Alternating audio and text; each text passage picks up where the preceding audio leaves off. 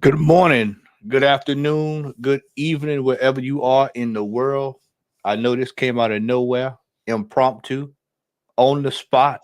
But guess what? We here. We getting ready to talk this real business. We got two of the realists in the building, brothers who I have not done a show with together all season long, but we are here. The brother Abs is in the building from Waffle TV. We got the big man, my tag team partner, Line Text in the building. We're gonna start with you, brother Abs. Brother, how you doing, man? It's so good to see you, brother. You know what? I'm good, I'm good, man. Do you know what I mean? There's more important things to life than football at times, man, especially Arsenal. So, you know what? We just got to just keep, surviving, doing what we're doing every day. And you know Mm. what? Stress is a killer. So, you know what? Don't watch Arsenal too much if you don't want to die early. But yeah, Tech, what's going on, brother? Glad to see you, man, as well, man. No, bless up for having me, Matty, and bless up Bants as well, man. Yeah, it's been a long season so far, man. You get me? The same old shit. Just another year, bro. You know what I mean? So, yeah, man, looking forward to it, bro. Looking forward to it. All right, brother. So, as we all saw yesterday, Arsenal had a game yesterday. We played Ipswich. I think mostly everybody going into that game had some form of fashion. We would probably do 2, 3, 4, 5. We ended up with the strong one. I don't know about y'all. I was on the watch it on with Lee and Ola yesterday, and it was an absolute snooze fest. If anybody that watched that live and saw us on live would tell you I didn't even say much anything during the broadcast yesterday. There was nothing to talk about. There was nothing to talk about. There was nothing to see. I walked away from that game yesterday. And for the first time in a while, I was thinking to myself, well, hell, I could have been doing something else. I could have actually been out cleaning my yard yesterday. I could have been out preparing for my black eyed peas and collard greens for the new year. I could have been smoking my turkey meat, getting everything lined up for next week. And I was sitting there on a watch along with Lee bored out of his mind, with Ola bored out of his mind, and myself wondering what are we watching. We watched. Most of us all watched fixtures the day before. We actually watched some form of football. People actually playing the game of football, and then Arsenal rolls out there yesterday, and it looks like they was just hung over, you know. Even we got the cat making an appearance on the stream. But hey, you know how cats are, man. They just want to just take over the stream, you know. But I watched that game, gentlemen, yesterday, and I said to myself, I wanted to see how we were going to respond. And shout out to the chat. I'm gonna get to your chats in a little bit. Just opening dialogue here. And I watched that game, and I said for me, I wanted to see how they were going to respond, knowing that soccer. They knew for a fact that we've got to go somewhere different. So I had my eye on a couple of players yesterday. I was watching Martinelli yesterday. I watched Jesus yesterday. And for those who watched the watch along, we all watched Odegaard yesterday. We all saw that yesterday. And for me, my takeaway from that game, gentlemen, is unless we do something in January, which I highly doubt we're going to do. And I would preface anybody that's looking at transfer news right now to just turn away from it. Don't even look at it. Because who they tell you that we interested in is not who we interested in. If we sign anybody, it's going to be somebody you least expect. And if you want proof of that, go look at what we signed in the summer, which we'll come to that in a little bit. I think it's going to get worse before it gets better. I think it's going to get worse before it gets better. I think that, as the title of this stream says, the transfer sins of the past.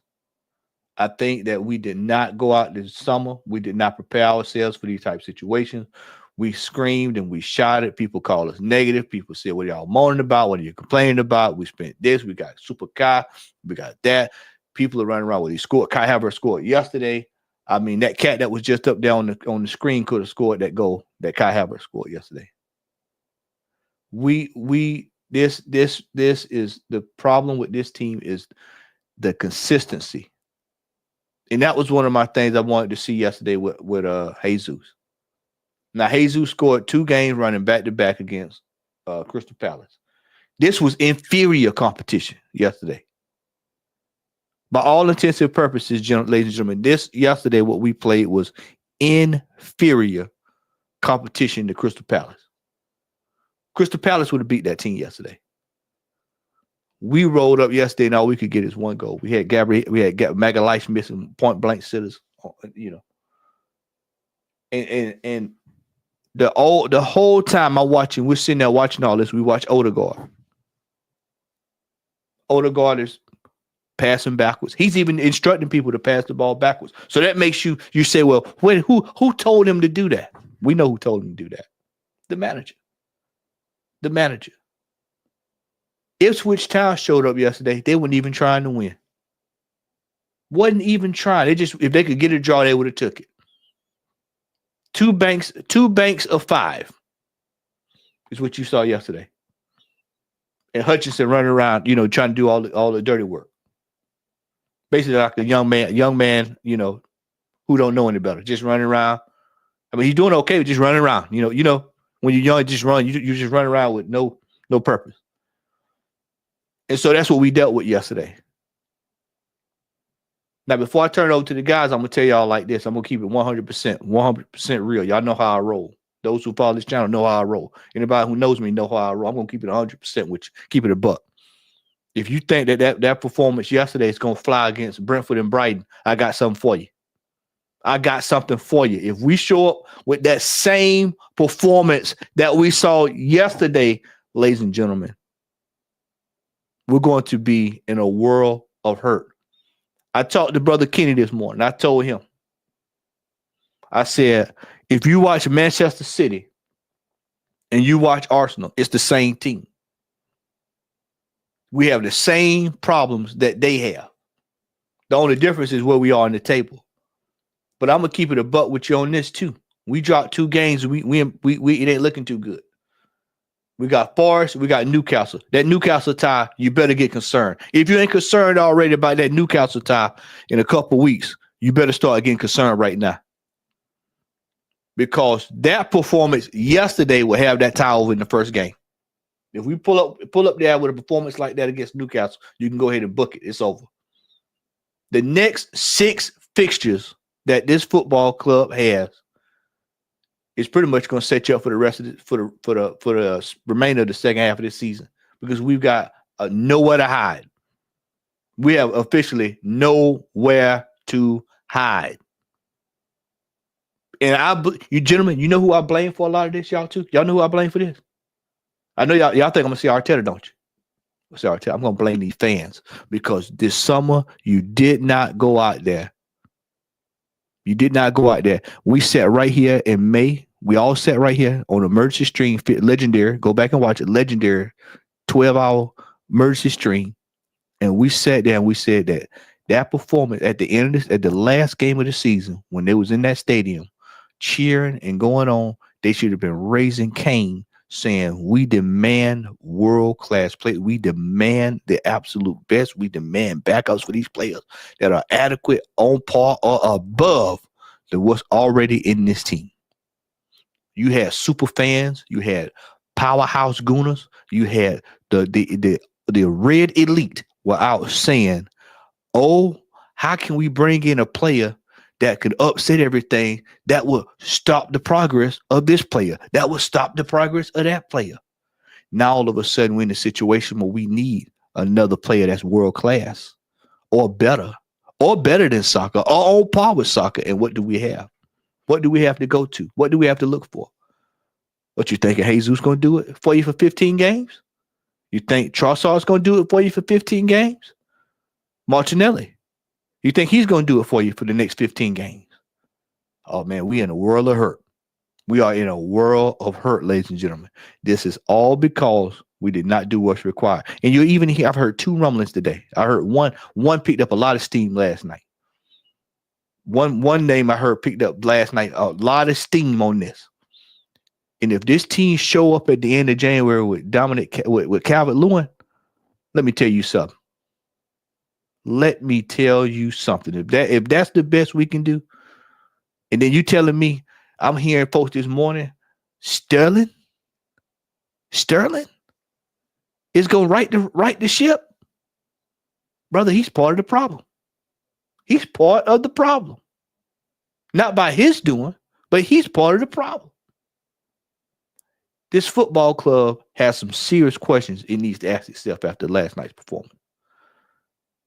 We've got a cup we got to win. Now, contrary to what y'all believe, this cup needs to be won by any means necessary. I'm gonna say it again for the people in the back that just tuned in, that just got out. Somebody just came from the dinner table, sitting on their couch. I'm gonna say it for you one more time. This Carabao Cup needs to be won at all costs by any means necessary. Any means necessary. Line Tech, give us your thoughts on that performance yesterday. Yeah, big up for having me on the show, by the way, Matty, man. It's always a pleasure.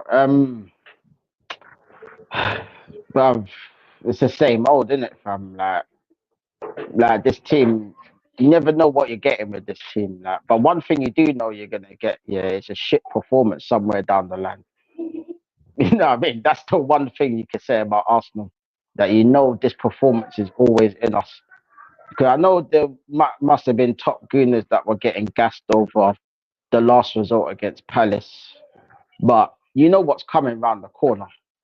You know what I mean? And that performance yesterday, boy, I can't lie, man. Like, it was similar to the performances against Atalanta, the performances against Inter Milan, all of these games, where it's a side to side, backwards, sideways, no creativity. The captain was a shambles yesterday. Like, he was a disgrace yesterday, actually. Like, he was actually embarrassing in that game. You know what I mean? But we'll get onto him afterwards. But yeah, in the terms of the performance, man, it was just dreadful, bro. Dreadful. Apart from the goal, we did nothing. You know what I mean? Against the team that weren't even planning to attack. You know what I mean? So these are the kind of teams we should be slapping. Yeah, because they had no ambition of scoring. So what's our excuse here for not scoring more than one goal? And then this manager persists on playing players out of position all the time. There's always one. You know what I mean? Why did he need to play Havertz yesterday? Why couldn't he just play Nweri next to Odegaard? Why didn't he try something different? You know what I mean? There's midfielders on the bench, but you persist with your 65 million down the drain player who somehow always seems to find his way in this team, no matter what form he's on, by the way. You know what I mean? We know Jesus put himself back into a little bit of form, but yet you put Kai Havertz in the midfield when he's up front. And then you take Jesus off and put Havertz up front, and he did nothing when he was up front. So what was the point of having him on the pitch? That was a game that didn't need Kai Havertz, to be honest. It just did not need him.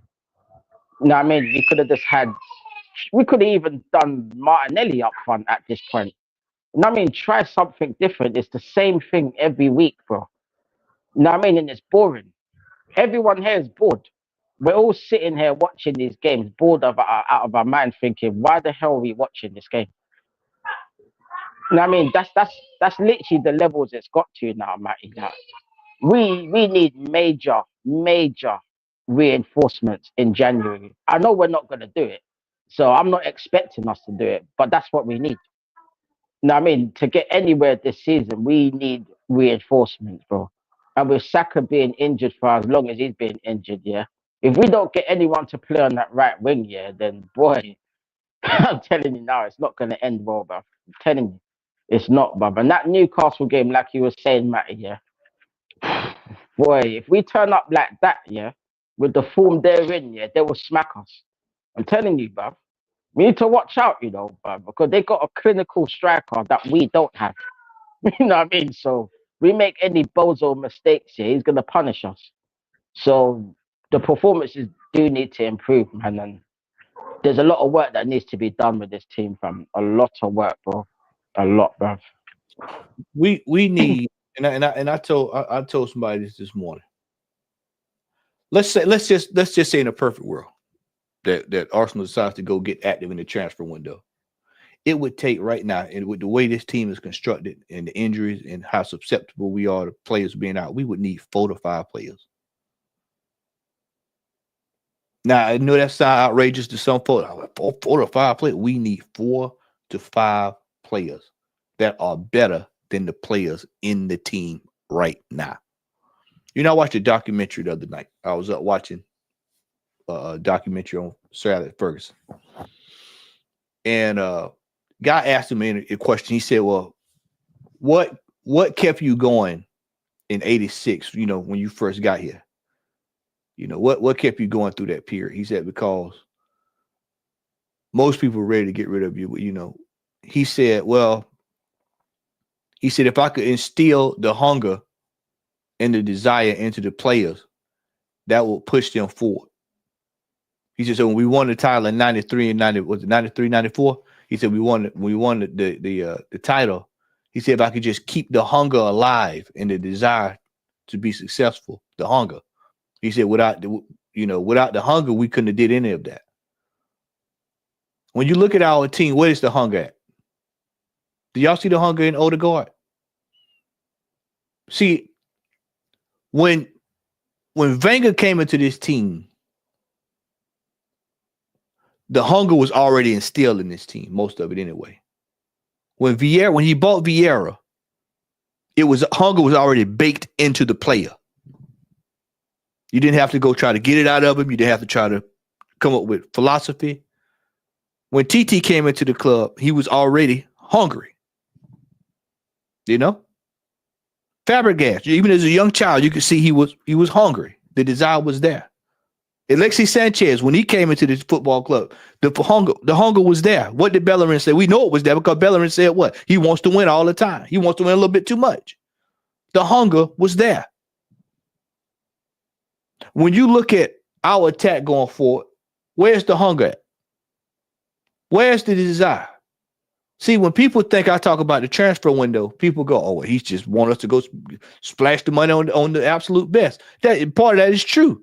Because the hunger, everything that you need, that you would take 3, 4, 5 years to bake into a player, you can already get that when it's already there already. That's what you need in situations like what we could get ready to go through, y'all. You need the hunger, the desire to win, the effort. You need everything to get you through storms like we're getting ready to go through without soccer. Because I want people to understand this. And we're going to talk about soccer in a little while, but I will say this right now. He ain't coming back no time soon. There's a bunch of people that's hoping and praying. And I'm going to say the same thing I told y'all a couple hours ago. What player we know that played for Arsenal, once he had a similar injury, his career was never the same? Thomas Rosicky. I've seen this play out before. Ran into the ground, hamstring, off the thigh, off the bone. 2007, 8, I believe it was. Never the same. Injury after injury after injury. Kenny Ken said something to me today. We have some great talks, man. A lot of times when we in okay, we have great talk. He said something real great. He said, if this manager care about this player, he won't play him no more this season. If the manager truly loves soccer like he say he loves him, he won't play him no more this season. Because that car is in badly need of fixing up. We've ran him into the ground. We have ran him into the ground. We all said this was coming last year. We could play. It was a miracle last year that we got through the whole season and had him healthy. It was a miracle when you look back at it. Abs, brother, what's your assessment of that performance yesterday and moving forward, man? Yeah, I'm just gonna probably repeat a lot of what you guys have already said already, but the thing for me that was shocking last night was our bench. We didn't have like an attacking presence. Okay, we had Ranieri on the bench, but Ranieri's still a young, player finding his form. We had just defenders and midfielders on the bench. Arteta in his reign, as far as I know, and let's forget about Aubameyang for a second. He's only had Kai Havertz and Jesus. But we'll go in and talk about that in a minute. Going back to the game last night, the first minute of the game, Ipswich nearly scored. The first minute of the game. And with this Arsenal team, and a lot of you will probably relate to this. 5-10 minutes of watching Arsenal, you know what you're getting with these guys. Yeah. Just know what type of game it's going to be. Yeah. Do you know what I mean? If it's the Arsenal that just out the traps, shooting, doing this, it's going to be a great game. But if it's the Arsenal that starts slow, giving the opposition the ball, letting the opposition attack, letting the opposition, do you know what I mean, just have a, like a block there, and, it's all just going to be pass around the side, pass. You know what type of game it was. And that's what we saw yesterday. Ipswich, and you can't blame Ipswich, yeah, because Ipswich are 18th in the league now, yeah, or 17th or 18th in the league, yeah. They're coming to the Emirates, so they're not going to look to they're looking to just not concede, isn't it? And they nearly got away with it. Oh, shush, cat, go. They're looking to get away with it, and they nearly did get away with it, because our attack, our midfield, our Arteta selection, once again, it leaves you to just be thinking, what is this guy thinking? Was he resting party because we've got, 2 games coming up in the future, and he thought, let Havertz start in midfield? The problem with me is with Arteta is he's got too many favourites in this team. Yeah. Yep. He has to shoehorn everyone in this team. He has to shoehorn all his favourites in the team. Yeah. Havertz has to be in midfield. Yeah. Hasn't he got bored of this experiment of putting Havertz in midfield? Do you know what I'm saying? Yeah. We've got Marino who could have started in midfield. We didn't even, as Lion Tech said, we didn't even have to start with Havertz, but we did. If you're going to play Havertz, play him up top. Yeah. Play Jesus on the right, Martinelli on the left. Just take one of those guys at the front out of the lineup. Yeah, that's all you need to do. And if that Ipswich defender had not miskicked, had swung for the ball and kicked the ball, we'll be all here sitting here now crying about a draw. Because you know what? As much as we all appreciate that those 3 points, that was the most shittiest 3 points, yeah, we've ever won. Because to watch the game, and the chat might be thinking, this guy's bloody moody, man. He's bloody negative all the time and all that kind of stuff, yeah. No, these performances, yeah, will not take you to a title. Go and watch Liverpool, yeah.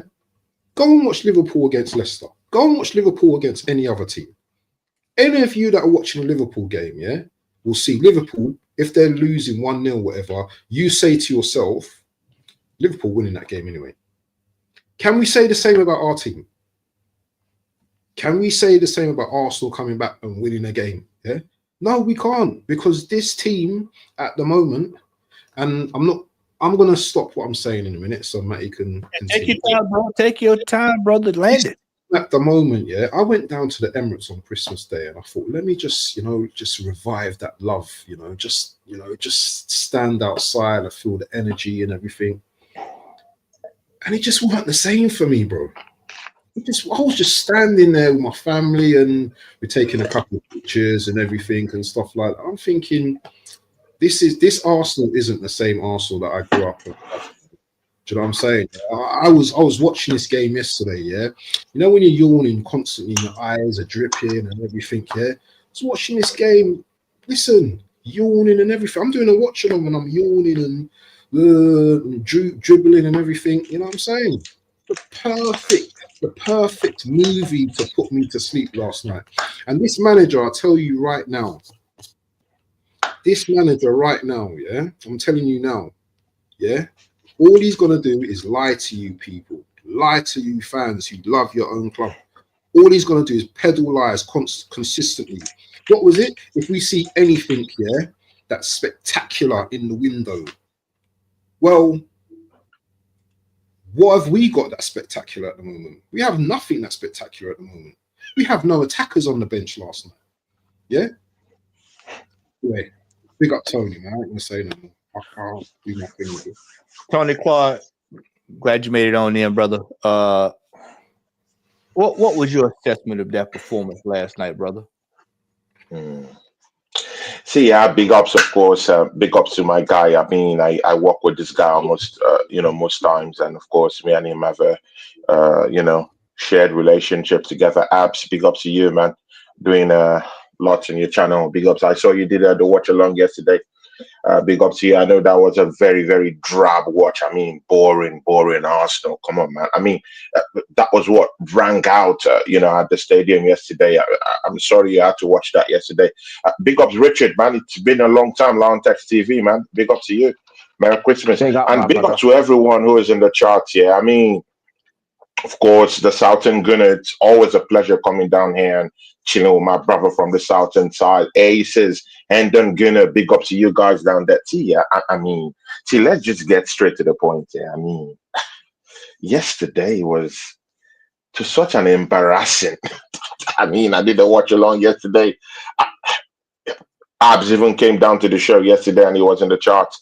I mean, it was such a drab game yesterday. It was boring. But again, you look at the team that came, so that it won't be as if maybe it's just, some certain section of Arsenal fan base that is actually making this up. I mean, look at the whole game yesterday. Playing against Ipswich, those guys have conceded nearly about 32 goals this season, if I'm not mistaken, in about 17 games just before the Arsenal game. What does that show you? It means that's a defense that is in collapse. I mean, a totally collapsed defense. That's what we faced yesterday.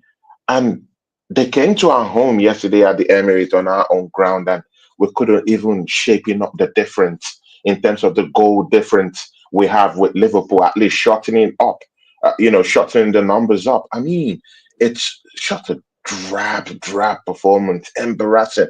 And see, I mean, this is time, yeah. I mean, see, it's high time we start calling out some of the untouchables in this team. How long would we go with Gabriel Martinelli on this team without performances?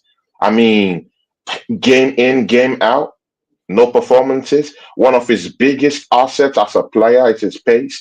I mean, see, man, when you get out of form, we do understand that you can't score goals. We do know that you can make tremendous contributions to the team when you're out of form. Many players in the world have gone out of form. I mean, the biggest, yeah. I mean, Ronaldinho has gone out of form. Karim Benzema have gone out of form. But one thing with them is that class is permanent with them. Out of the blues, they could just get something in. I mean, you look at Gabriel Martinelli, who prior to this, 2 seasons ago, he scored about 15 goals. I mean, all season. We as the Arsenal faithfuls who took that as, maybe, he's coming up. He would increase his goal tally. He will help us out in his assists. I mean, can anyone literally tell me what Gabriel Martinelli was doing on that field yesterday? I mean, 0 passes, 0 encroachments, 0. See, guys, okay, throw away his form. I'm talking about the number 1 asset he has in his armory, which is his pace. Have you guys noticed that this guy can't even run no more? It's not just only the urgency, not just only the knack for scoring goals that have disappeared from Gabriel Martinelli, but also his pace. No pace Why would we keep that same guy in this football club when the number one thing that we like you for is your pace, and you're no longer using it no more? What use is that guy to this team? Throw that all away, Trossard. I mean, started the season looking good. I mean, what type of performances are we peddling on right here? Drop performance, shocking performance from him yesterday. And see, guys, I mean, no other person than our captain of this football club. I mean, shocking performance. Guys, let's don't sugarcoat this. I mean, this guy went off with an injury, yeah? I mean, does anyone see any difference with him right now? No, no. The shots he was trying completely out of the moon. See here, guys, yeah, no accuracy whatsoever. You expect a team like Ipswich that have actually decided to stay back. They don't want to come out. They don't want to play. You know they want to just stay back and shut their post. That is the perfect game you would think in your head, out of your own imagination, for Martin Odegaard to find those little pocket spaces and tear open that defense. What does he do? Completely nothing. Tony, nothing whatsoever. I mean, you can cut in, my brother, man. Cut in. Let me ask you something, Tony. And we brought this up during the broadcast yesterday. When you watch Odegaard, there's a guy that plays for Atalanta. There's a guy that plays for Atalanta. And I've watched him for a while. And he's in the Belgian national team and everything. In the chat, probably already know who I'm going to say. Charles de Ketelaere is everything that you would want Odegaard to be. Mm-hmm. He's decisive in what he does. He makes the moves with determination. You watch Odegaard. I watched him really good yesterday with Lee. Where is the general that keeps everything ticking? His position is he's supposed to come get the ball. He's supposed to be looking to distribute the ball. One time yesterday, he made a run into the box, and I said that's the run he should be making all day. That's there for him all day. There was one particular moment that the gap opened up. He just passed the ball off. Don't go at the defenders. Don't put anybody on the back foot. What's the one thing defenders and defensive mids hate? A player that's puts them on the back foot. They don't like having the back up. Instead, he invites it. Before you came in, Tony, I was telling Line Tech, he's looking to pass the ball backwards. He was looking to pass the ball back. He was instructing players to pass the ball backwards. I mean, Matty, man. I mean, there was something Odegaard did yesterday. I mean, someone passed the ball to him, and he completely fluffed his lines, and the ball just went into the throw in. Do you know the next thing this guy did? Do you guys know what he did? He was clapping. He was clapping. And I was like, what is this man doing? Has this guy gone pop? You just threw a legitimate pass away and you're clapping. Clapping for who? I mean, I've had it enough. As in, these players need to take the chop. They need to take the chop. And again, man, I mean, I won't classify him as a club legend, but I mean, he's a core hero per se. I mean, was in the stands yesterday. I mean, Santi Cazorla, most of you know him. I mean, those of you youngins who haven't developed, your football acumen by that time or watched Santi Cazorla, I mean, just go back, watch the videos. Just go back, watch it. Exactly. Just go back, watch the videos, of Santi Cazorla. I mean, man, he was down there in the stands. And fans of this football club will say Martin Odegaard is the best thing possible than Santi Cazorla. I mean, have you thought of what Santi Cazorla would think there, watching that drab, useless captain of ours? I mean, it's a shocking performance from him. I couldn't believe my eyes what I saw yesterday from Martin Odegaard. You're not helping play. You're not distributing passes. And again, he has found an habit in disappearing in games. Have you guys found out that now it's not even just in one game or two games? It's not a consistent overflow of Martin Odegaard disappearing from games. It's now Martin Odegaard, if you want to say. I mean, your captain is not scoring goals.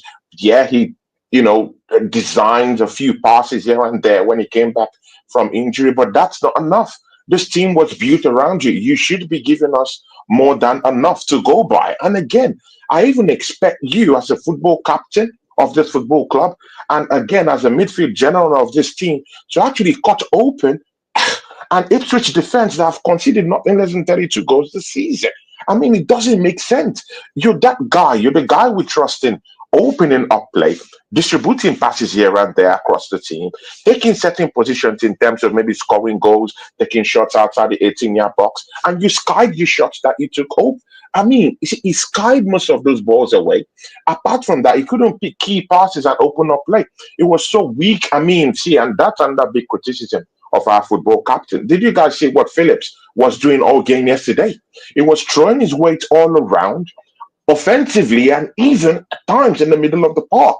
I mean, completely bamboozled Odegaard away from the ball, pushed him away, used his physicality to make himself so big enough to be able to, play around with the Arsenal midfielders. And that's what we lack in the middle of the park. And you know what? Yeah, this goddamn manager, what is it with your substitutions that you can make correct substitutions as at when time due? I mean, we had to wait until after the 70-something minutes before we could even get a change. And when this manager dared to even change anyone, he hacks Declan Rice off, who is actually, he had a drab game yesterday. Everyone had a drab game yesterday. But again, he took off the only guy that was even the engine in the whole thing, in the scrappy midfield that we had, took away Rice and was bringing up. I mean, make this make sense. While we had a Gabriel Martinelli who did nothing, by the way. While we had a Trossard who did nothing, by the way. And I just don't understand what's really going on with this team. Something ethically is wrong. And again, see, if the alarm bells hasn't rang yet on why our sporting director left this football club, Edu, I mean, after that performance yesterday, let it stay in your head. Think over and over again why Arsenal Football Club doesn't have a sporting director till now. A top 3 club in England doesn't have a sporting director till now. After Edu flew away, what is going on with this football club?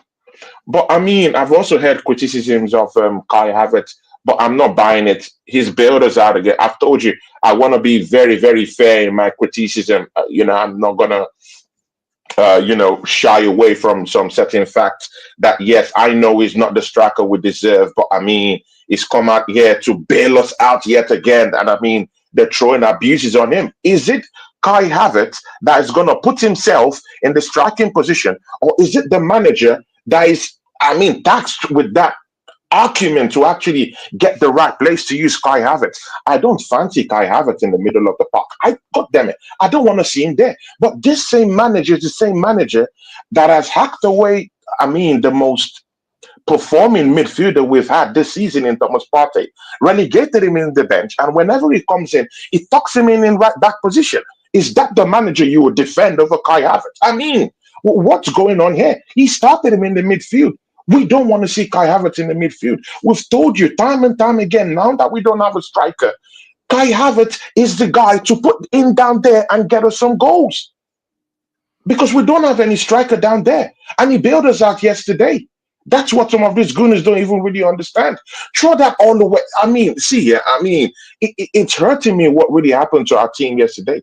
Drab performance. Totally drab performance. I'm not buying this at any level. I'm not buying this. This manager is destroying this football club.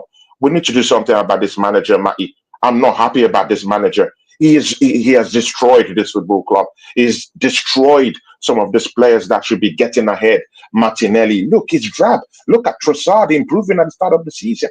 Completely looks ghosted. It's a shadow of himself. Look at Martin Odegaard. Can't string passes together. What are we talking about?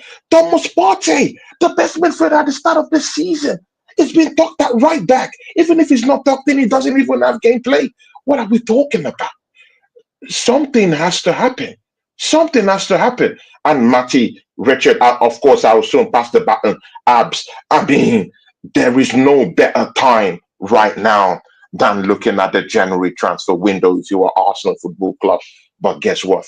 This club has done nothing. A serious football club will be out there right now, Christmas. After you get your Christmas turkey, they'll be out there trying to sign someone into this football club. But no one. In fact, who's going to do those businesses? Because as far as I'm concerned, we don't have Edu to string those, to go to Brazil or to go to some setting incendiary spaces in Europe and go get, a lukewarm player and bring him down here to play. No one is down there. So I highly doubt that Arsenal do any business this January. If we actually even do anything, I'm totally surprised. I'll pass the baton, man. I just want before we move any further, I just want to give Tony a round of applause. That I have heard you cook before, but that was some of the best cooking I have ever heard you do in all of the 3 years I've known you. That was from the heart, y'all. I want y'all to know. I know Tony like the back of my hand. That is pain he's going through right there. Because you couldn't have got Tony to say that 3 years ago. There's no way in hell Tony would have said that 3 years ago. But see, he sees it for what it is now. He sees this for what it is. And he brought up something that I neglected earlier. What is this man doing with Thomas Partey? Do y'all realize this? We only got 6 months left on his contract. And he's wasting it. Wasting time. Wasting players' careers. He has a habit of doing this. We paid $40 million to get him out of the deal at Atletico, to bring him here. We paid to get him out of the deal. And he's going to leave for nothing. He's going to leave for nothing, ladies and gentlemen. And Tony brought up another point. Where is the sporting director? Oh, the sporting director is here. But it's not who you think it is. It's Arteta. He's the sporting director. As Kenny says, he's the Alpha and Omega. He's the Alpha and Omega. The beginning and the end. He makes the decisions. He's the decision maker. And every decision he's making is hurting this football club. Look at the situation we in. We don't have what we need. I sat here, ladies and gentlemen. Beginning of the season, go look, it's on record. That's the one thing I like about keeping it real. Is I can always just say, go back and look at the record. The record says that we came into the season, we were short, we were undermanned, we were not prepared, we were inadequate. This summer, Abs, Tony, Ted, I sat right there with Lee. We did a summer watch along. We did a fan cam, and they said, what are these old men complaining about? This is preseason. The same problems I was seeing in preseason, I still see right now. This is what I was saying earlier before you came in, Tony. Manchester City and Arsenal are two of the same. They are two in the same. Two in the same. Because the manager wants to be what City is. But look where City is at. Look what's going on over there. Every problem that they have is eventually going to do what? Come right over here to come and visit us. What's going on here over at Arsenal? Players getting old. Players washing out. Inflated wages. Manager only knows one style of play. Squandering money. Not being prepared. What's happening over at City? Rodgers down. Was not prepared. Same exact thing. It's me. The only difference is we'd have been a position in the table. But see, I told y'all. Who remembers what I told y'all at the end of last season? Vance, you remember we said here? You should remember this right offhand. What I told y'all, I said it won't be the teams that y'all think it's going to be next season.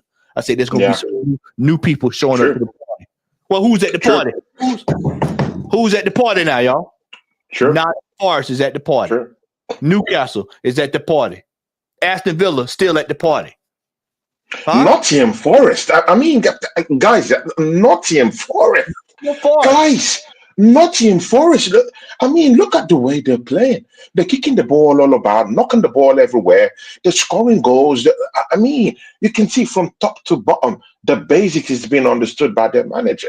And you know what, DJ Crane, shout out to DJ Crane, he says it down there in the charts here.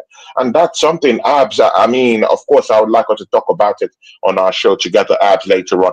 But I mean, DJ Crane said it down there. Does anyone trust this manager to even give more money to this man?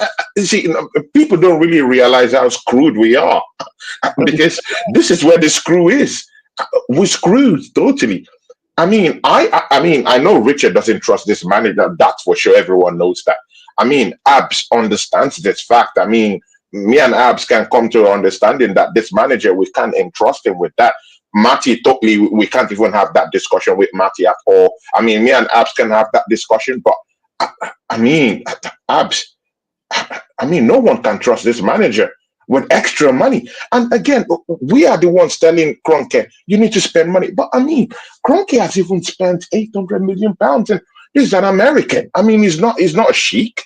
He's not an Arabian sheik. He's an American businessman. I mean, our brother up there, Matty, from the southern side, would tell you typically how American businessmen think. They think all about their money. I mean, when they make certain investments, they want their money. It's different. It's far different from a Saudi Arabian oil magnate. It's quite different from a Middle Eastern guy who just wants to spend money in a football club just to clap up, with his friends and have a feast and a dinner, with his friends. I mean, look at what Stan Kroenke has already spent with Mikel Arteta on the helm of affairs. Do you think he's willing to spend any more of his money, of his wealth, on what he has seen? I mean, he's looking at it. Players are going out without resale value. We've been at a loss in player sales over the years. The players he has brought in, he has shipped over. Guys, people have totally forgotten that we have one certain guy who has gone back to FC Porto that we bought for $40 million. $40 hard million. Guys, let that sink in. And he's down there on loan. And he might actually be coming back with an injury. Guys, have you guys thought about that? We're at a loss in that one already. This manager might not see any more funds come his way in January. Guys, you know what that means. Without a decent striker in January, how are we going to fight on all cylinders in all four fronts that we're looking forward for a title this season? In the Champions League and the Carabao Cup. I mean, and that Carabao Cup, I mean, it's starting to look dark now that Joe Linton is back. I mean, he just scored in the weekend. Isaac is scoring off cylinders. I mean, that Newcastle team, come on, man. Gordon. I mean, look, bro, it's a three-pronged attack. I mean, Joe Linton is scoring goals. Isaac is scoring goals. They have certain defenders who are back now. Burns. These guys are looking good. Longstaff, they're all back. They're looking good. Yeah, and they have a three-pronged attack that's looking vociferous right now. So I'm actually now doubting what are our chances in that game in the Carabao Cup. While we don't even have anyone. And guys, see, I told you guys last week, I am not buoyed by what Gabriel Jesus did against lowly Crystal Palace. I mean, I said that. I went on Jeff's show. There was a show just. I saw the heads looking at me funny, but who's got the shout now? Because only Jez believed me down there. I mean, others were looking at me crazy, but I mean, Gabriel Jesus scored against a lowly rated Crystal Palace side who's 17th in the league when we met them. They've shipped in about 20-something goals, as much goals as they've actually scored this season. Probably maybe they scored maybe 17, 18 goals this season. Poor side. And Gabriel Jesus gets some certain kind of progression with them, announces himself, scores a hat-trick in the Carabao Cup. I mean, scores extra 2 more goals. But again, that's the end. I told them there in that show Jez did, I said, Gabriel Jesus has to score against the Nottingham Forest. He has to score against the Man Cities. He has to open up and score more goals in the games against Liverpool and the Tottenhams, the Newcastles. And you know what? Yeah, we did not even have to go much further to get our answer we got our answer against lowly Ipswich. If he can't score against Ipswich Town, why would this guy score against Newcastle, Tottenham Hotspurs, and all the rest of them? I mean, it's not feasible. It's not feasible. That's why I said, calm down with this Jesus lullaby you guys are singing, the poetry. I mean, you need to see the coordinated orchestra for Jesus for scoring those goals in the Carabao Cup. I mean, they clap this guy off. They say it's the next best thing. But we know, because we've seen it. We have the scars to show for it, that this guy is not what we need. Kai Havertz is a different topic. You can use him on the bench, but we still do need a striker. Go on and go get a striker and bring him in. But again, I still fear whether Kroenke even have the faith or the confidence in this manager to spend any more of his hard-earned wealth. I don't think so. I don't think so. Before we move on here, I want to bring in here Normski. Brother, good to see you, man. I've had a show with him. Great, brother. Big up to you, man. We didn't get a chance. Great. No, normally we chat after the game, but we didn't get a chance. Normski, I was so disappointed with that game. I just walked away. I tell you, I'll be candid with y'all. After the stream ended with Lee yesterday, I just walked away and threw my hands up. I literally walked away from the computer and just threw my hands up, walking down the hall, and said, "What did I just watch?" I was so pissed off yesterday. That performance hurt yesterday. Yeah. Because you're looking, and I say it again, the talisman is down. So you're looking for somebody to take the stage and say, you know what? I'll show everybody that we don't have nothing to worry about. And instead, I walked away from that game feeling more worried about going forward now than I did before. And Tech could tell you, I texted him earlier this week, hey, man, I'm kind of worried about this Newcastle. And after yesterday's game, I'm scared shitless. Oh yeah, we're in for a rude awakening. We are in for a rude awakening. Norsky, what was your takeaway from that performance on yesterday? Because I'm sure you had to be sitting there scratching what hair you got left up. And I just went to get it shaped up today. Listen, guys, big up to Summer Gruner. Thanks for having me on, and big up to Claude and Lion Tech and Waffle TV. Big up to you. First time meeting people, met Lion Tech and I met Claude. People, what can I say? Yesterday I looked at that game. I looked at first of all, we looked at the bench, and we have one attack. We have one recognized for that bench, which is Ethan Ranieri. Now I looked at the bench again, and I'm seeing 4 left backs sitting on the bench. People, I sent a text to another Arsenal chat and I said, guys, can you please deep this? There are 4 left backs sitting on the bench because Arteta has still not worked out. He's still not worked out what is his best left back. Listen, Skelly is doing a good job there. Yeah, we know that he's a midfielder. Yeah, but he still has not worked out what is best left back at the moment. Yeah. We're left with one attacking player on the bench in this day and age. And people are saying that the transfer window in the summer was an 8, 9 out of 10. You got people going, why are we moaning? Why are we moaning? Just be happy that we won the game. Are they not seeing the future? Are they not seeing what's going to happen in the future? Listen, we got Brentford next away, then Brighton away. If we play like this, I'm telling you, we will get beaten. If we play like this, we will get beaten. Listen, Ipswich didn't come to win the game. We know that. And I said on my fan, I did a fan reaction after, and I said, if there was a team that transitioned or hit us on the break, yeah, we would probably end up either drawing that game or losing that game. We was fortunate that Ipswich didn't come to win that game. We was only fortunate. Yeah, we had at one point in the first half, we had something like 83% possession, 5 shots. Yeah, total amount of shots for the whole game was 13 shots on target. That was the total with 5 shots on target. And we are meant to be, and Arteta's saying, oh, these players are going to step up. You got Martin Odegaard, our captain. I said it in your chat, Southern. I said it in your chat. The guy is not physically or mentally strong. I don't care what game it is. You step up for every single game. I don't care if it's the bottom team. We're known as bully boys. You know Arsenal back in the day. We'll just turn over them small teams, bully them. Yeah, it was the top teams that we couldn't get up for. Right? This is not good enough. And people can come at us and say that we're moaning. Why we're moaning every time? No, it's not good enough because we can see down the line what's going to happen. What are you going to do in it? He says we got internal solutions. What internal solutions?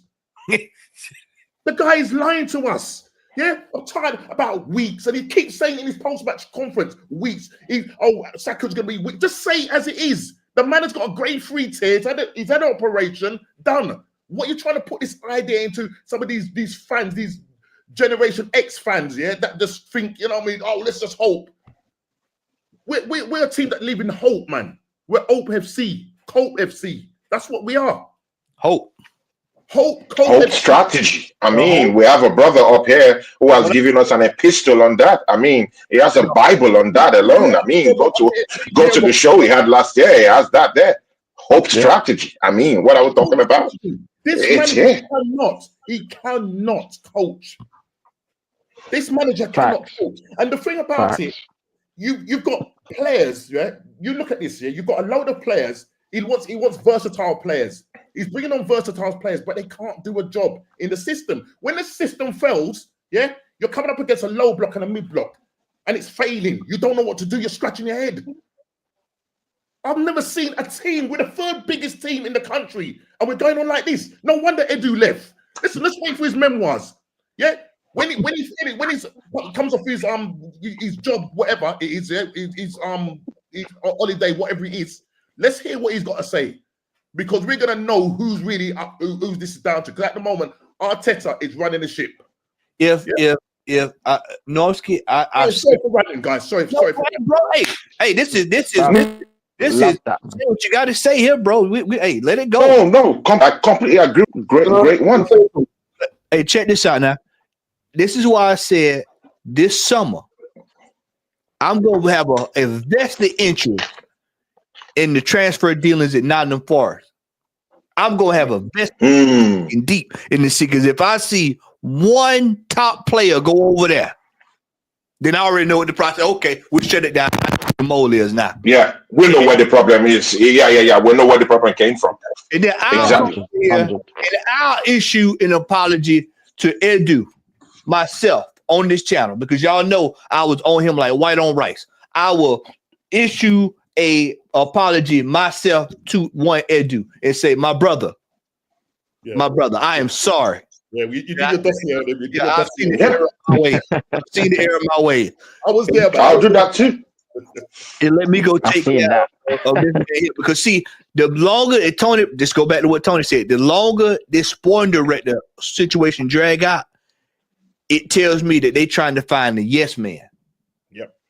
And that the yes man, that the people that they going to, you bringing me in to be the sporting director, my job is to be the sporting director, not to be a yes man. I'm here to do what's best for the team, TEAM, the team. What's best for the team, not for the manager, but for the team. That means I will buy players that this manager might think he don't need. Like we're in the situation in right now, by the way. Because that's what your sporting director do. You're supposed to be buying players that need, not what you want. And then you find yourself in these situations. So we're gonna see what we're gonna do there.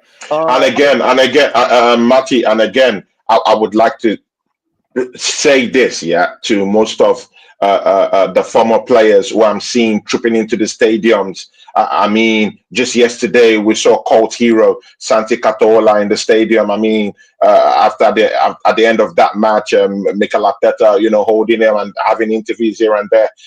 Rosicky, I've seen Rosicky in the stadium too. I want to appeal to all these cult heroes and former legends of our football club. Please stay clear from this shit.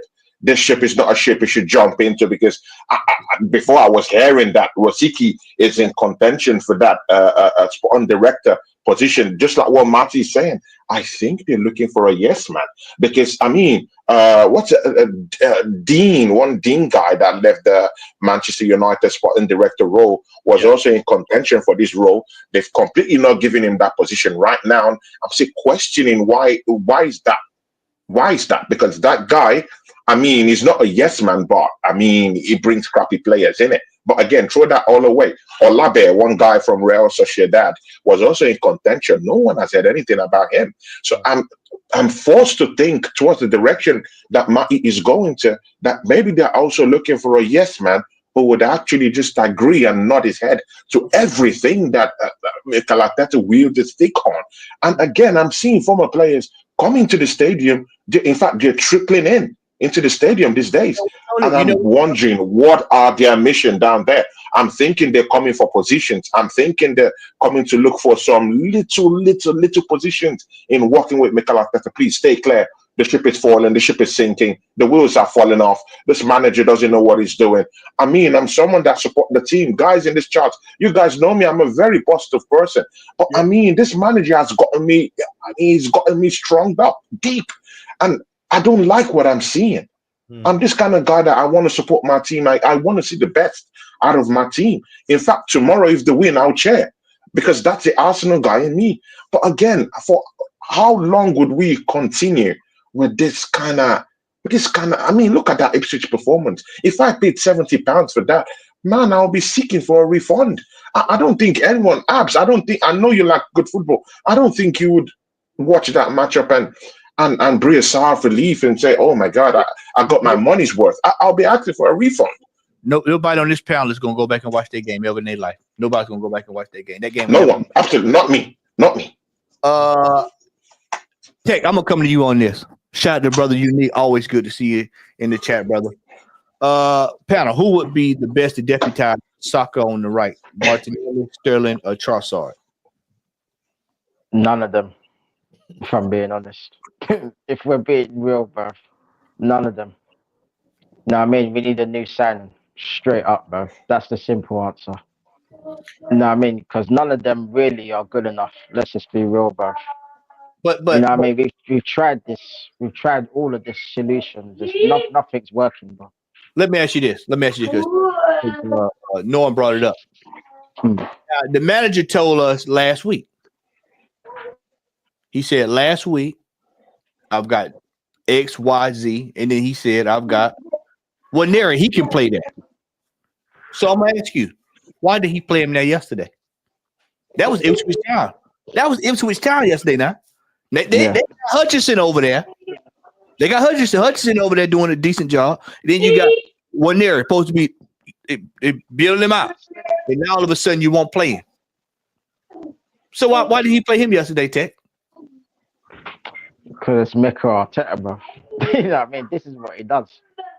You know what I mean? He has his favourites, and then if it's a youngster, like, he just won't play them, bro. He'll rather play Odegaard over there than do that. Because that's the stupidity that this manager does.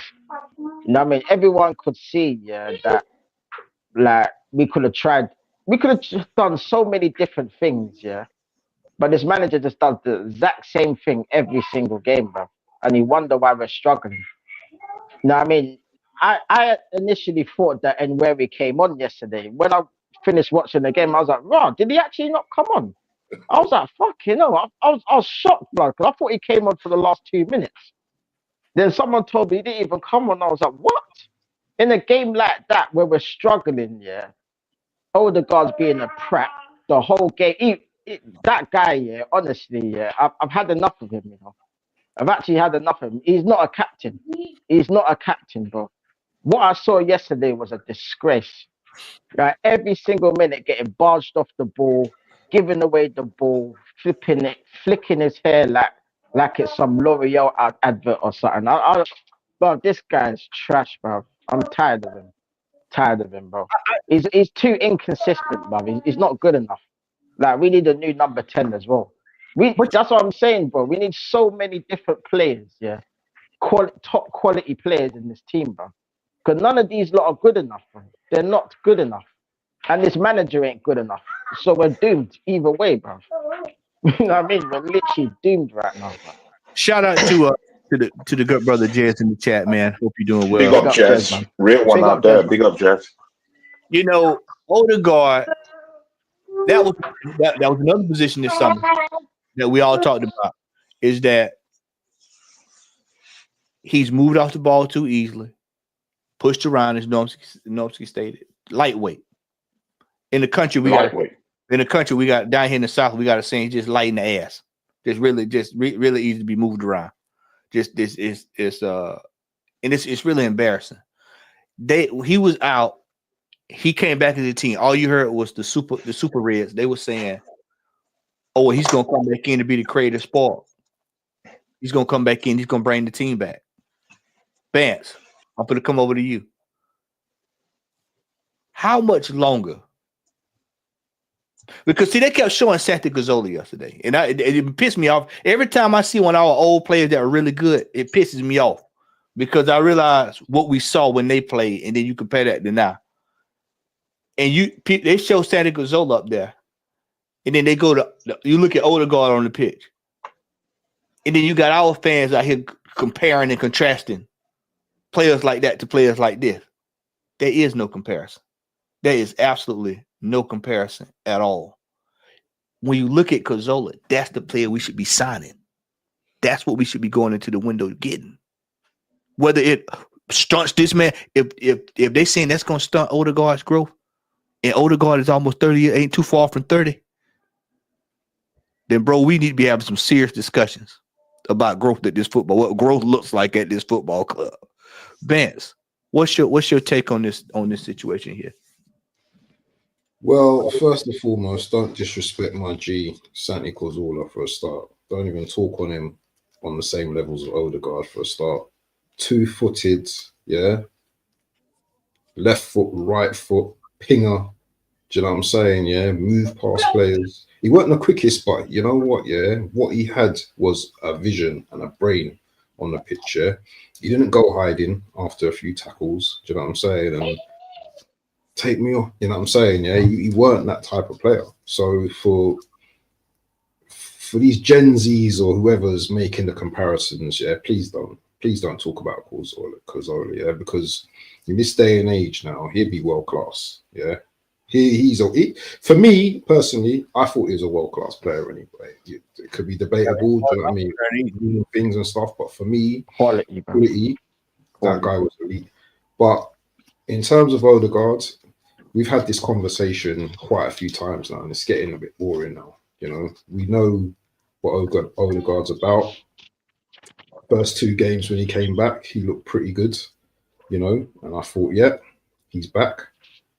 But once again, you know, few games, he just dips again. And for someone that's rated so highly, yeah, how come this guy can't shoot?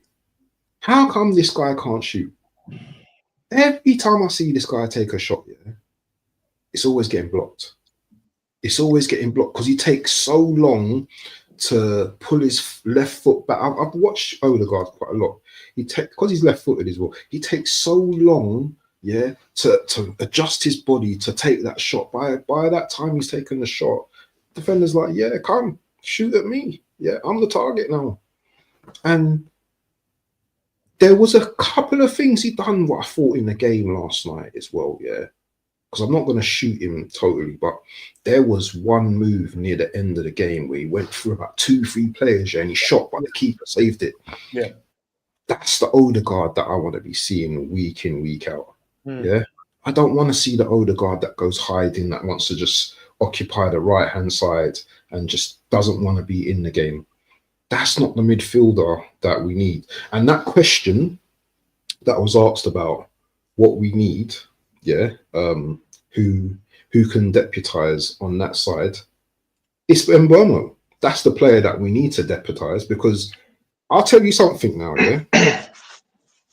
If this guy cooks us next week, yeah, I'm saying to all of you, watch this video back or watch the stream back and remember I said this, yeah, because this, and if we can't get world-class players, then we have to start from somewhere, isn't it? We have to start looking at the players that are lighting up the Premier League. This guy's got like 10 goals, I think, this season already. Yeah, these guys have only lost one game at home. So, you know, he's a comfortable player that can play across the front three. You know, he's adaptable. And this, you know, if you're just looking for versatile players. But for me, the problem is, this is the problem with us as a club. We let everyone else go and take the players that we fans want, yeah? And then we get to this point in January where, where's the crumbs? Oh, we're looking at this player. There's players in January, yeah, on release clauses. Gyökeres. Yeah. Osimhen. There's no negotiating. I'll give you this amount of money. I'll give you your clause, and listen, we'll sort out wages later. Yeah, that's what we should be doing, looking at the window. But as I said before, this manager has only had Havertz and Jesus, yeah, 2 yes men as his front men. We know what happened to Aubameyang, yeah, who up till now, yeah, was the most prolific goal scorer for us. So if anyone here thinks this manager is going to tap into January looking for a Gyökeres, thinking about in August, or sorry, whenever, the summer for Isak, yeah, then you know what? You're deluded, because we're not getting them, man. We're not getting those guys. Yeah, I'm telling you that now. Yeah, there's going to be other clubs in for these players. Yeah, by the time we want to have a sniff around these players, and then you guys, we're all going to be wondering why we didn't buy these players, and we're just get left behind, like we get left behind season upon season upon season, and it's not good enough, man. I demand more for my club. I demand more from my board. And let me tell you something now, and this is the last point I'm going to make. The Cronkies, yeah, have clubs in America, thingy. They've got one player, I can't remember what his name is, yeah, but he's like the top player in the league apparently. Yes, he's the top player, yeah, and he's taking his team to win wages or whatever you want to call it. But Arsenal, nah, we're just gonna buy, like, you know, and I'm not blaming Havertz, yeah, because you know what, we bought him, but we're just gonna settle with that. And you know what, we're not even gonna go for the league, because you know what, all it takes is Liverpool to mess up a few games. That's all it takes. Show me that we can go for the league this season, because we don't want to go next season. Let's go now. Let's go January now. Moving forward, yeah, and go for it. Because you know what? Anyhow, this Liverpool slip up, yeah. Anyhow, this Liverpool slip up, and I'm still seeing Jesus, yeah, with one leg running around the pitch. We're going to be having emergency meetings, Southern, in summer, and it's not going to be nice. Someone's going to the hospital, bro. Hold on, Tony. I'm coming to you. I'm coming to you next. Hobby City, bro. Shout out to the brother Ozzy. He said, I told you, Matt, 4 to 5 players on this team, not good enough. We need a bench. You know, really, we need anywhere between 5 to 10 players. Let me say this right quick. These players, we talk about being proactive. We talk about seeing something before it happens. If Arsenal wanted to show me something, it wanted to shut me up, wanted me to sit back in my seat and do this number right here, on January 1, you would have 3 bodies on this team. Not January 28, not the 7, 27, 26, 25, all that. I'm talking day 1, ready to go. And I'm talking about players. When I look at Newcastle the other day, I watched Newcastle really good. I was looking right in on them because we get ready to play them. So I'm looking dead at them. Look at that midfield. Yeah, look at that midfield. Oh boy, look at Flash going out there. You see Flash. Flash Gordon touches the ball. When y'all next time y'all watch Newcastle, watch when Gordon touch the ball, and watch how the crowd, everybody just in the crowd, they sit up, they move just like this because they know that in any second something can go down. Then you look over there, you see Isak cutting in and out. You look at the back, how stout they are at the back, and you like, why can't we have a team that look this stout, physical presence? Not only that, balance as well. Balance from back to front, from front to back, on the sideline. Imagine this. Been around the block a few times, seen a few things. Could you think about this, y'all? Hey, Tony, I'm coming to you, Tony. I ain't forgot about you. Think about this. You look at Eddie Howe in the situation that he had to deal with. Because as somebody brought up here, they've been injured most of the year. Most of those players are not back. Yeah. Now let's not forget they were down there at one point 14, 13, 12. They were down there. Now look where they are. Do y'all trust Arteta to do something like this? Absolutely not. Tony, I'm turning it back over to you, brother. Yeah, man. Thanks. Yeah. I mean, guys, I just want to throw this out there also. So many things. I'll touch on three things. Of course, Bant said a few things too. I mean, guys, have you guys noticed something about how calm the Arsenal stadium was yesterday, when we were struggling with Ipswich at the time? I mean, it was totally, as in you could hear a pin drop at a time in the stadium. I mean, see, no matter how much this fan base, denies the fact that we're not there yet as a team, they know the truth. The truth is out there. Because how come is the stadium so calm against an Ipswich Town team who has conceded nothing less than 32 goals by yesterday in this league in 17 games, and you could hear a pin drop at the stadium when we're struggling with them? They know the truth. The truth is out there. But again, throw that all away.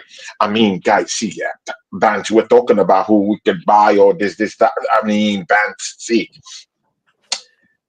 There's a guy in Barcelona right now that has been rejected in the courts, to renew his deal. Arsenal should have gone for this same guy last season, but again, we allowed him slip through. In this football club, we've conjured this habit of allowing the players that we need in this team just slip through our fingers, while other clubs, inundate themselves with the best players in the world, and why we are struggling with half-baked players. I mean, Dani Olmo. I mean, Barcelona don't have the funds, they don't have the money, they don't have anything going on for them. They can't even register the player for the second half of the season. See, guys, this is the big one. His agent is right now in England. It's England. It's going to be spending 4 days in England. This will be the 4th day. And do you know where he is? He's at Manchester. He's at Manchester. So Arsenal don't even have the balls to even go and tie up a deal for a player who has been rejected in terms of signing on at FC Barcelona for the second half of the season. And he's a class player. He is going to give Martin Odegaard a run for his money. And then Mikel Arteta, what deal do you have to offer Dani Olmo? The answer is nothing.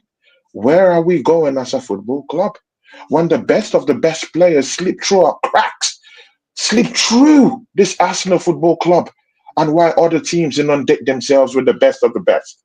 While Dani Olmo is looking for a next club, Arsenal should be out there right now after eating the Christmas turkey. Should be talking down there to Dani Olmo, please come to our football club. Come and help us out. The general, I built my team. And you know what? The funniest part of this thing is that this guy, Dani Olmo, is Spanish. Just speak a little Spanish to this guy and his poof, his hair. You don't even have to speak French. You don't even have to say au revoir. You don't even have to talk to this guy. You just only have to speak Spanish. Same language. Talk to him. You need help. But no, this manager has an ego, so he's going to throw away the chance of getting Dani Olmo and bringing him to this football club. What are we doing here? What are we talking about? I don't trust this manager with money. And even if you trust him with money, he doesn't have the knack. Guys, see, this manager in a press conference actually said that Victor Gyökeres isn't a natural finisher. Guys, let's not forget. He said this in a full-fledged press conference. Guys, one of the most sought-after strikers in the goddamn world. This manager has opened his goddamn mouth and said that he's not a natural finisher. I mean, that should tell you. That should tell you, Arsenal faithfuls, that this manager isn't good enough. I mean, he's not qualified to be in that place in the first place. He's not. That tells you a whole lot. See, I mean, guys, I mean, in this football club, we've seen players like Iwobi go on to do good things with Fulham. But I mean, let's talk about Emmy Smith Rowe. I mean, look at him. Look at what Silva has turned him into. He shot a short spell. I mean, we got Marco Silva. He shot a short spell. I mean, improving the players. See, I mean, look at Fulham beating the likes of Chelsea Football Club. I mean, holding back Arsenal in their tracks. I mean, Marco Silva doesn't have an £800 million budget, sitting in the bank, burning a hole. He doesn't have that. And look at what he's achieving, guys. Look at that Bournemouth manager. How about that? I mean, look at Bournemouth. They've taken points from the traditional top six this season, and no one is looking at that manager. He understands the basics. He knows how to defend. He knows how to. I mean, his attackers are looking good. They're looking nice. And guys, don't throw away into the basket that their top striker left last summer and went to our enemies down the road to the lane. Yeah, they're big time striker, and he's still getting a tune out of that team. Look at the trail of bodies that Bournemouth have put to the casket already in just 17 games this season already. And you're telling me that manager isn't something good, isn't something desirable in this football club? I mean, let's think again, man. Look at Granit Xhaka, the most hated guy in this football club. I mean, a year ago or 2 years or 2 seasons ago, I'm sorry. I mean, just look at him. He has totally improved. He's become a German invincible. I mean, look at him playing. See, guys, this manager can't improve anybody. He can't improve anybody. He can't bring in players to improve this team. He certainly doesn't want to go and bring in Danny Olmo, his countryman, to come and help him out. He has an over-bloated ego about him. And yesterday I found out that he's also a strange character. I mean, there's something strange about the manager. I mean, you have one area who could play direct football, and you hack off Declan Rice, you hack off, the guys in the engine room, and you can't even bring one guy who at least can even go on a very, very direct encounter with that Ipswich defense. At least he can cut defenses open through his direct play. This manager doesn't even have the balls to hack or the god off again in that matchup and bring in one area early and to kind of like start something. Nothing.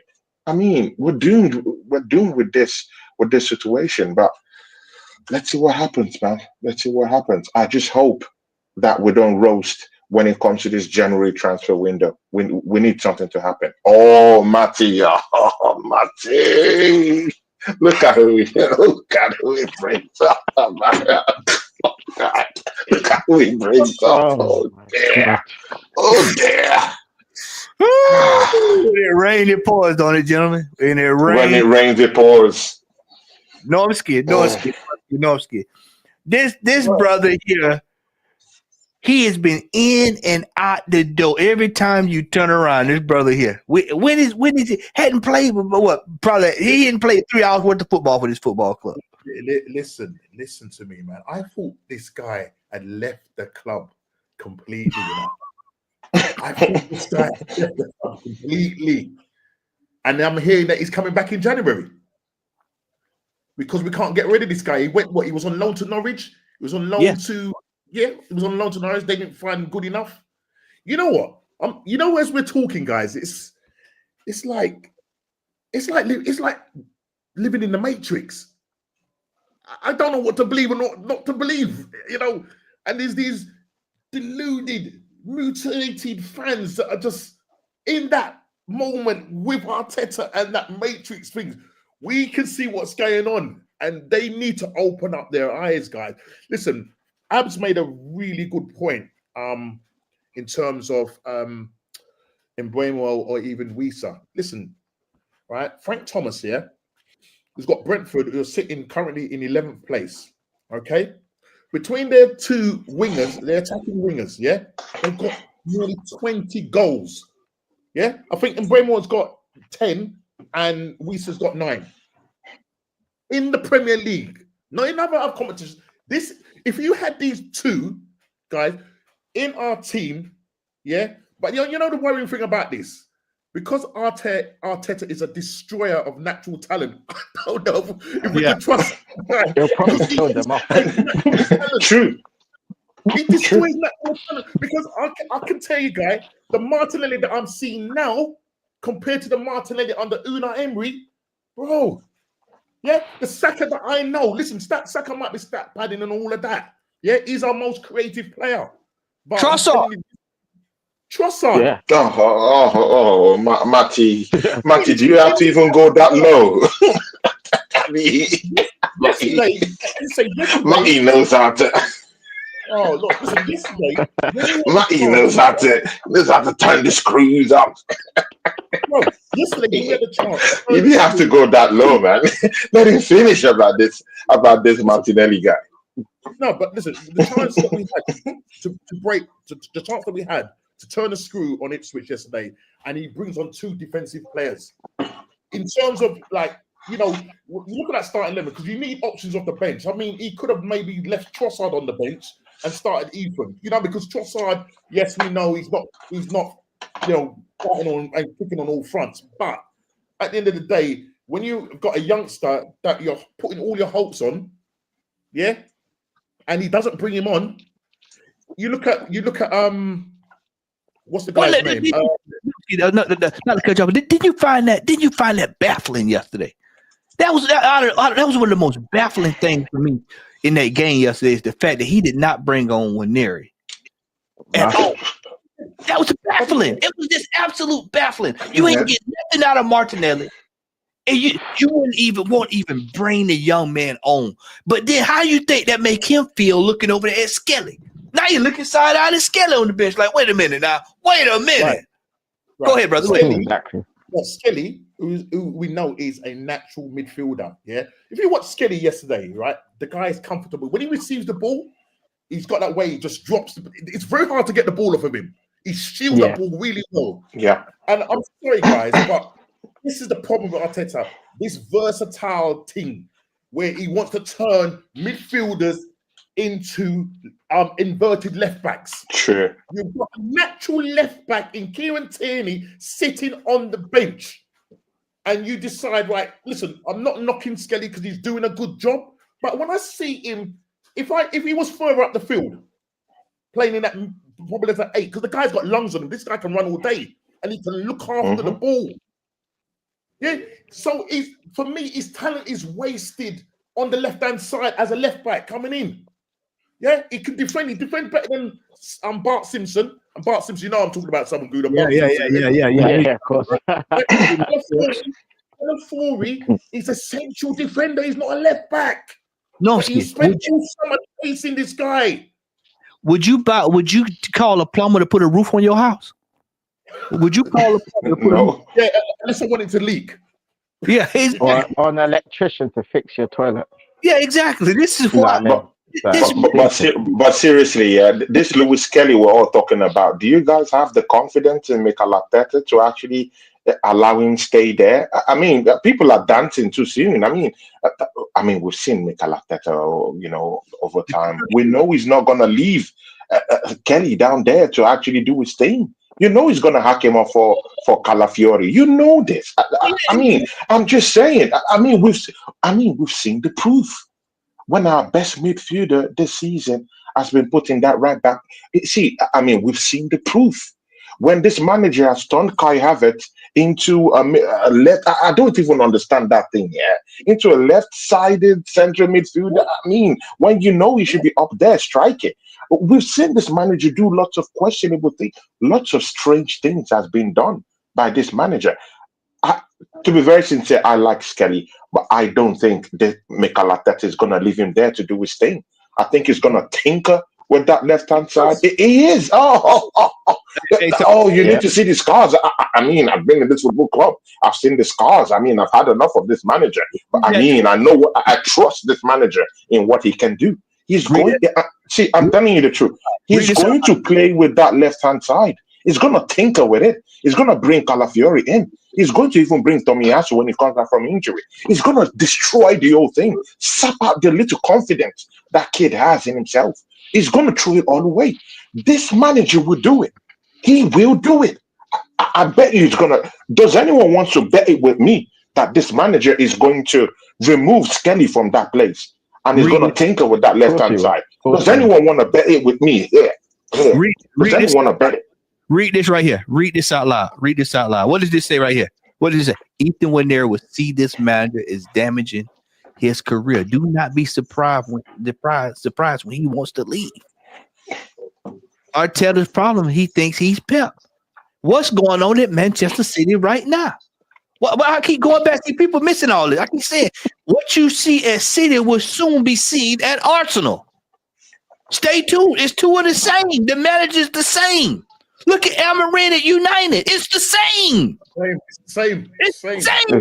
Three of them. Exactly. You want these players that can go here to go there, to get over here to do this, to go do that. How about you just buy the damn player that play the position? Hey, you play striker. Hey, bro, we're even going far. If Zinchenko comes back, it's gonna put Zinchenko there to invert. Come, we've seen this. It's like a tail. It's been going on. We've seen this. It's gonna put Zinchenko down there to invert. We've seen it. See, guys in the charts here, I mean, don't dance about Lewis Skelly. He's going to destroy him. I mean, we've seen this. We're living proof. We've seen this before. He's going to do that to this kid.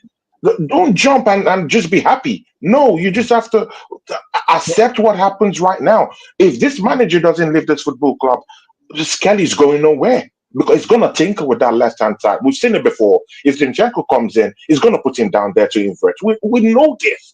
We've seen it for a fact. Look at Thomas Partey. He can't even get games. Our best midfielder of the season. What other proof do you want? Hey, hold on. Because I hear all these things from Arsenal fans, and I mean, it makes me want to pull my hair off because. Hey Tony, you enough can come your way. You right answer this, Nomsky, then we'll circle it back around. Yeah, I think for me the most baffling. There's been some baffling stuff, some baffling things that he's done this year. Is one of them for me was what he just said. I cannot believe that good as Thomas Partey has played this season, that he just set him down in the last several games. Just set him down. Yeah. And giving no explanation. Oh, well, you know. We know why. He's not injured. We know why. We know why now. Man, that's the fittest £5 million player. That's right. He got to get the elephant in the room. He got to get that 65 million. And see what I tell you. Hold on, wait a minute. I just got hey Vance, hey Tony, hey Lion Tech. What I told y'all last summer, I said he gonna die on this hill. Okay, Havertz. This is gonna be you have that one thing. You ever watch a good crime show, a crime movie, and at the end when the villain gets took down, it's always something that the villain did a long time ago. You remember? Anybody seen American Gangster? Anybody seen American Gangster? Yeah. They watched it. Yeah. What got put down, y'all? When he went and got the mink coat. When he went out there to that fight, had on the mink coat, drew all that attention. The one thing he told his nephew not to do: hey, don't put on that suit. Don't be around here drawing all this attention yourself. What did he do? Turn right around and did that. It got him at the very end of the movie. It's the same thing gonna happen to Arteta. Kai Havertz is gonna be the one. You go all the way back through everything that went wrong. It's gonna be Kai Havertz. A lot of folks want to go to Declan Rice because he's 100 million. No. He was proven he was doing well at West Ham. Kai Havertz is the one that one couldn't hit the side of a barn, and is the inconsistent one. So that's what's going to take this manager down. But for me, I just find it so stone damn crazy that you would take Thomas Partey out of what he's been doing good at all season long to throw him at right back. And every time, what I tell y'all, every time he put him at right back, we struggle. Noski, the floor is yours, bro. We lose. Listen, Marco Silva, took Emil Smith Rowe off of us, and that guy's thriving at Fulham. Barring his injuries, the guy's thriving. He bought him to play as a number 10. He didn't buy him as a left back. Yeah, he didn't buy him as a central defense. He didn't buy him as a goalkeeper. He bought him as a 10 to do what he needs to do as a 10. Period. Yeah. Right? So my thing is, I look at Marco Silva, and I'm looking at these managers: Marco Silva, Slot, Maresca, right? And there's a level of you can see tactically how good these guys are compared to Arteta. Because I guarantee, if Marco Silva was managing this bunch of players that we've got, yeah, you see a totally different Arsenal in terms of he'll play the players in the right position. Thomas Frank. Position, and he will get the best Thomas out of Frank. him. Right now, Arteta is so obsessed with this system-based football that it's the cogs, the wheels have fell off, and he doesn't know what to do.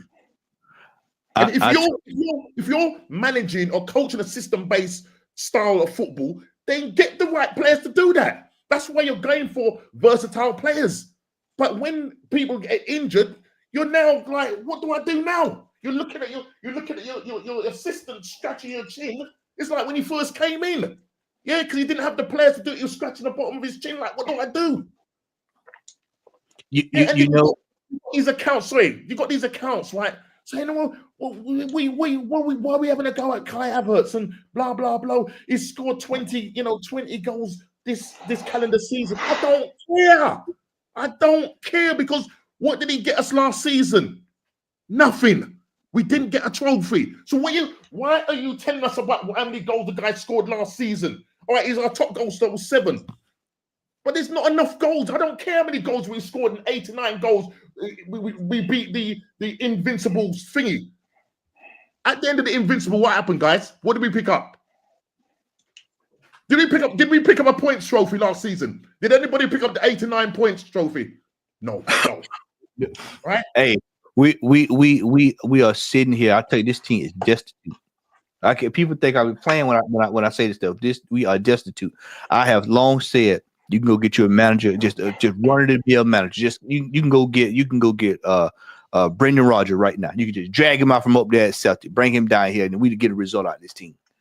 We get a result out of this team because you don't have bro. This manager has no experience at all, and it is showing up. It shows up at the most inopportune time. It shows up when you don't need it to show up. It shows up when you see Saka laying down on the ground, grabbing the back of his leg because you ran him into the ground. It shows up when Thomas Partey is on the team sheet and it's at right back. It shows up when Kai Havertz is in midfield. It shows up when you're playing Ipswich Town. 16 goals scored, 32 given up, and you winning 1-0. And you got Arsenal fans running around here last night doing cartwheels, sliding on the ground, talking about, oh man, it's 3 points. I'll take the 3 points no matter how you get it. We got to take the 3 points. We're in it for a shot to challenge Liverpool. Have you seen what Liverpool were doing? Did y'all see that game against Spurs? What did I tell y'all in the group the other day, y'all? I said, oh, y'all folks talking about Slot, he's not playing the way that Klopp played. What happened? You turn right around here, and when they need to play the clock ball, they play clock ball when they need to play it. They play it. They don't have to play it every damn game now. For what? No. Now look at guys, listen. When you watch Slot ball, literally, you see him changing things in game. He's changing it. Right? All the time he does it. It's mad. It's absolutely crazy. The guy will 1 minute, right, is like just playing out the back. I mean, they get the ball up the front quick, but literally, it's that last third when they're dangerous. But you can't get the ball off of them. On the clock ball, Klopp used to feed the flanks, feed the flanks, get it in from Robertson, get it in from Trent. Trent. Yeah. You don't know where we're going to feed the flanks. This is what I'm saying. They're so balanced. A lot of these teams you watch, Newcastle, they get it out to the wings. Yeah. Last night we were watching Arsenal, right? And yes, we had Martinelli on the right hand side and Trossard on the left, yeah. And some people said yes, we use the sides more than we would have when Saka was there.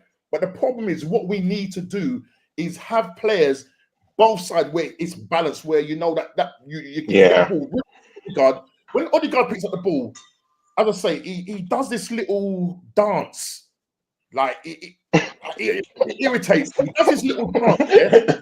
True, man. It's like I can't. It's like, yeah, that's it. It's just like yo, I'm spinning decks, man. I'm spinning. Get out of it, man. And giving it all this. Get out of it. Come on, man. Yeah, hold on. This is what we do.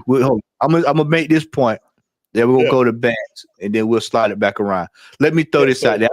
I got something for y'all that ain't nobody brought up. Now, shout out to Kenny, because me and Kenny been talking about this all week. We've been talking about this for the last couple of weeks. And like I said, we have some dynamic conversations where me and him just sitting there talking on the phone. I brought up a point. I said, do you see what Slot doing? And I said, nobody else has seen this. Nobody else. He said, watch it now for the drop a mat bomb. Here come, get ready. Tony already, you know what I get. Bet Bance, you know how I am when I drop these bombs. What is Slot doing? He's preserving energy. What happened to Liverpool's teams down the stretch up on the clock? They run out of gas. Muscle injuries, everything. Run out of gas. What you gonna have this year? Second half, they ain't even in fifth gear. Liverpool is not even in fifth gear. And people for to find out this second half of the season how hard Liverpool gonna be. Now, unless some catastrophic, and I don't wish anything bad to happen to a player, some catastrophic happens. Marty, I'll be very careful with those statements, man, but I'll allow you to continue, man, with this Liverpool thing. I think we should, Tony, calm it down a bit with this Slot guy. I mean, see, man, the Premiership is a humbler. I mean, but I'll allow you to finish. Hold on, Tony. I'm going to say this. I'll say this right quick. What manager would you trust with an 8-point lead in the second half of the season? Would you trust Slot or would you take Arteta? That's a good one. So No, Matty.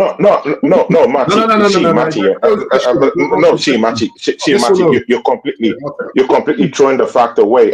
Bant, I'm sorry, Matt. You're completely throwing the fact away that Slot walked into a team that had up to 5 world-class players in that team.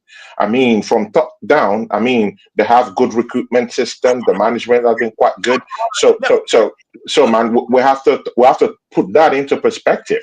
That he's walked into a team with 4 to 5 world-class players. I mean, the central defender is a world-class player. I mean, the Dutch guy. I mean, talk about the other guy. Konate, world-class player. Mohamed Salah, world-class player. I mean, they have world-class players situated in that team. So, talk to your football club about recruiting world-class players. If it's that easy, Tony, why not win the league last season, the season before that, and the season before that, and the season before that?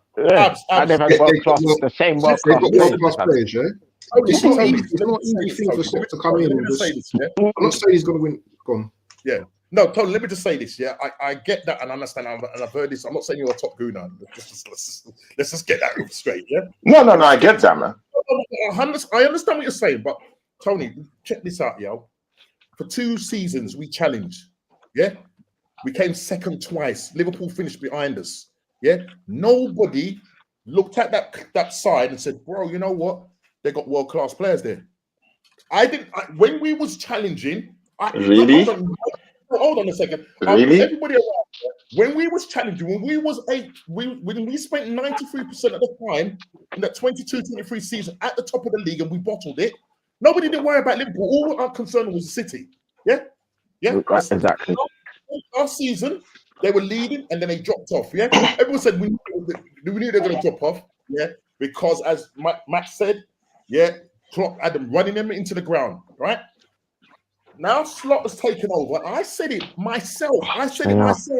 When Slot took over, I said, right, because the expectation of Arsenal was to go on and challenge, and if not, win the league. Because Man City were looking at us to see what we did in the market, and if you notice, they didn't do much. They brought back Gundogan from from Barcelona, yeah. And who else did they bring back? They hardly made up anything. So I looked at it, I said, you know what? This is our year. This has to be our year, because at the end of last season, Arteta said this is not good enough. We have to go on and win this. And everybody was saying the expectations were Arsenal to go on and win the league this season. Right? I looked at that transfer window, I said to myself, Get the right players in. Get the right players in the right position. A striker, someone to not even back up Saka. Someone to compete. Saka knows that, bro, there's a player behind me, and I got to be on my weight. Yeah? Amen, man. Right, the middle of the midfield, yeah, we needed to sort out, yeah.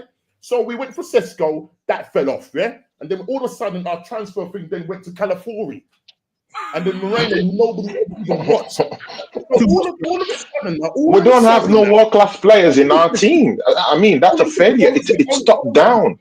It's rotten. Everything is rotten with the football club. The manager is rotten. The management is rotten. Everything is goddamn rotten.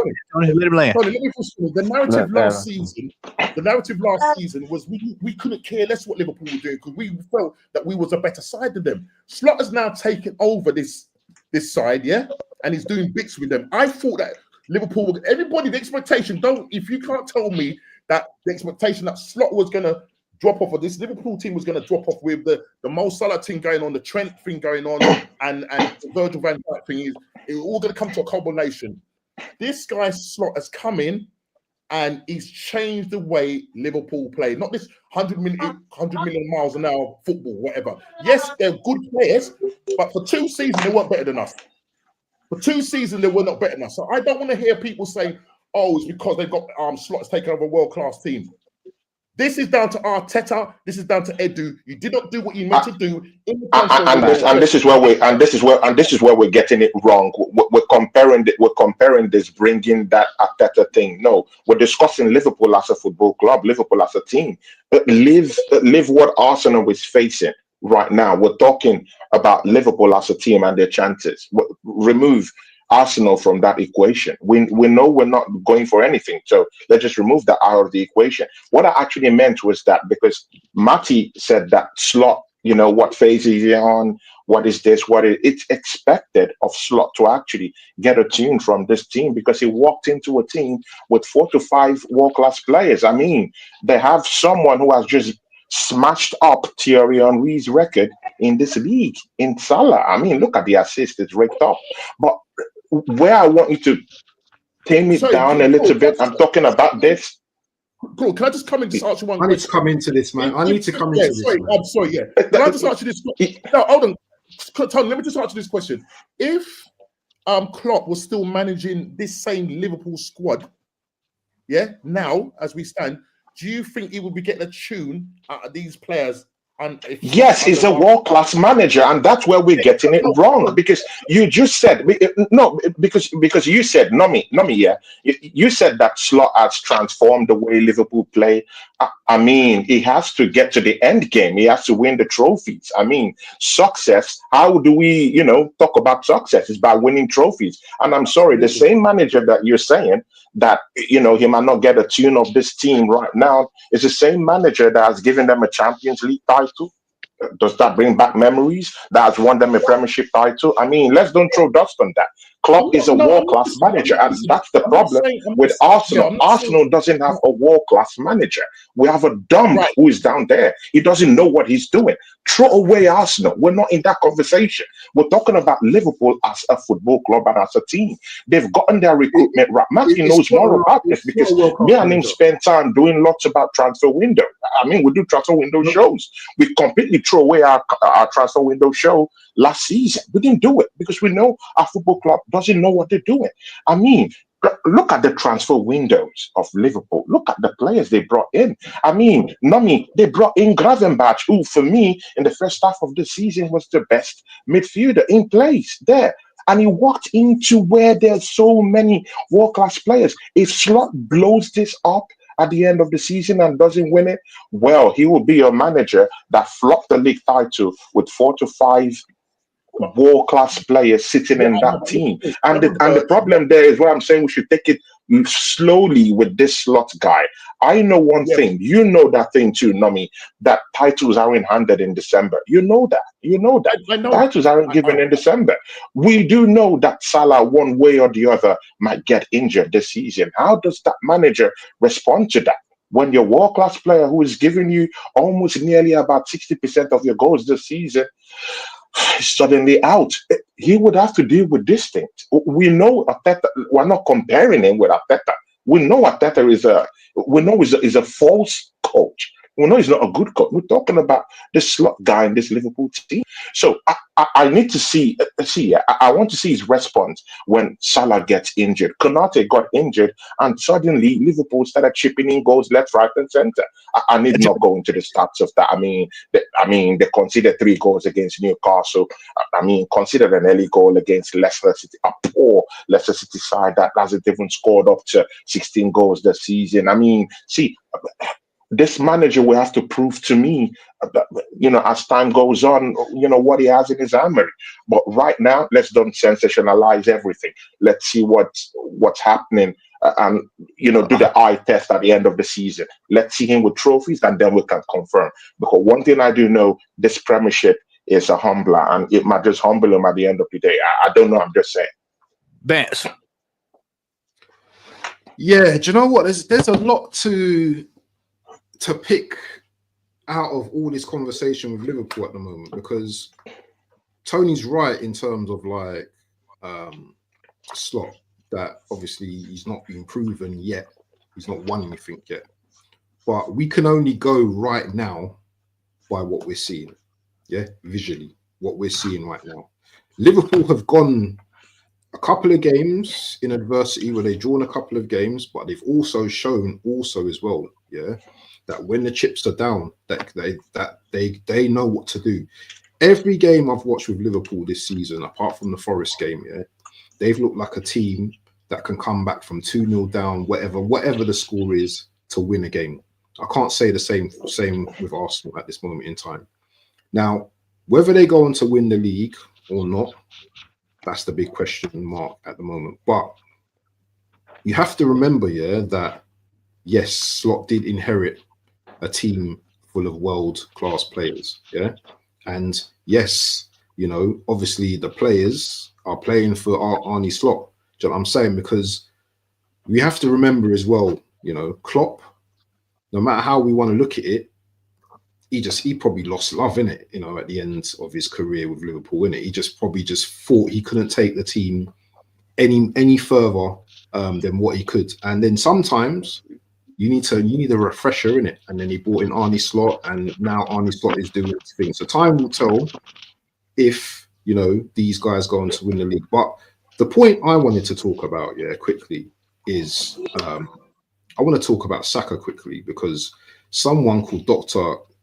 Killer Massa, whatever his name is, he mentioned the point about Saka's injury, and for Saka to be on the injury table now, I would be thinking, if I was Saka, like about my future, because in the future, say if Liverpool win the trophy, internationals is going to be a bit peak, because he's going to have man like Trent in the dressing room, I've won 2 Premier Leagues now. I've got 2 Champions Leagues. Do you know what I'm saying? Yeah? Saka's going to be in there with nothing, Curtis Jones. Do you know what I'm saying? Yeah.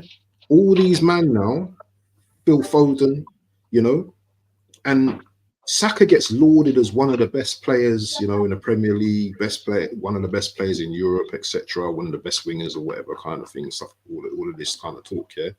So shouldn't he now be getting rewarded for all this hard work?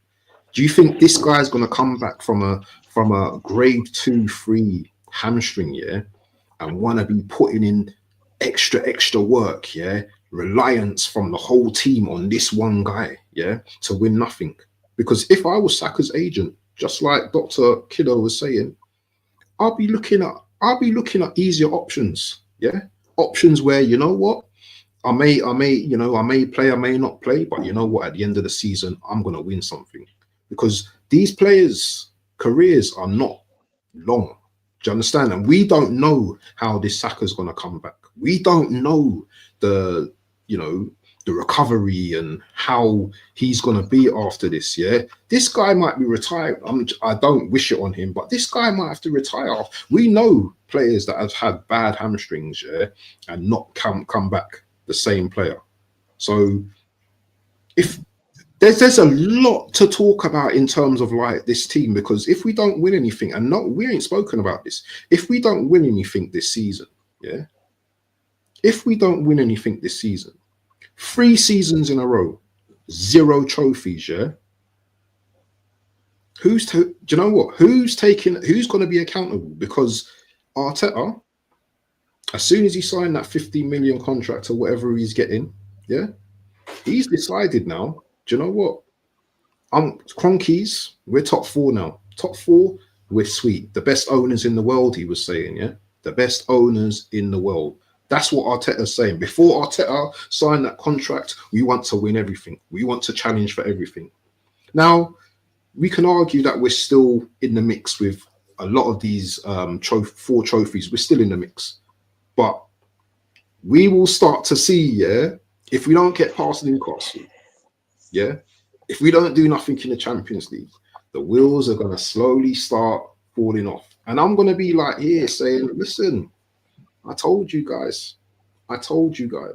So we just need to be careful, do you understand, yeah, how we manage our players as well, because this season, I'm telling you, yeah, this is a very important season for us. Maybe the most important season, I would say, in Arteta's reign, for me personally.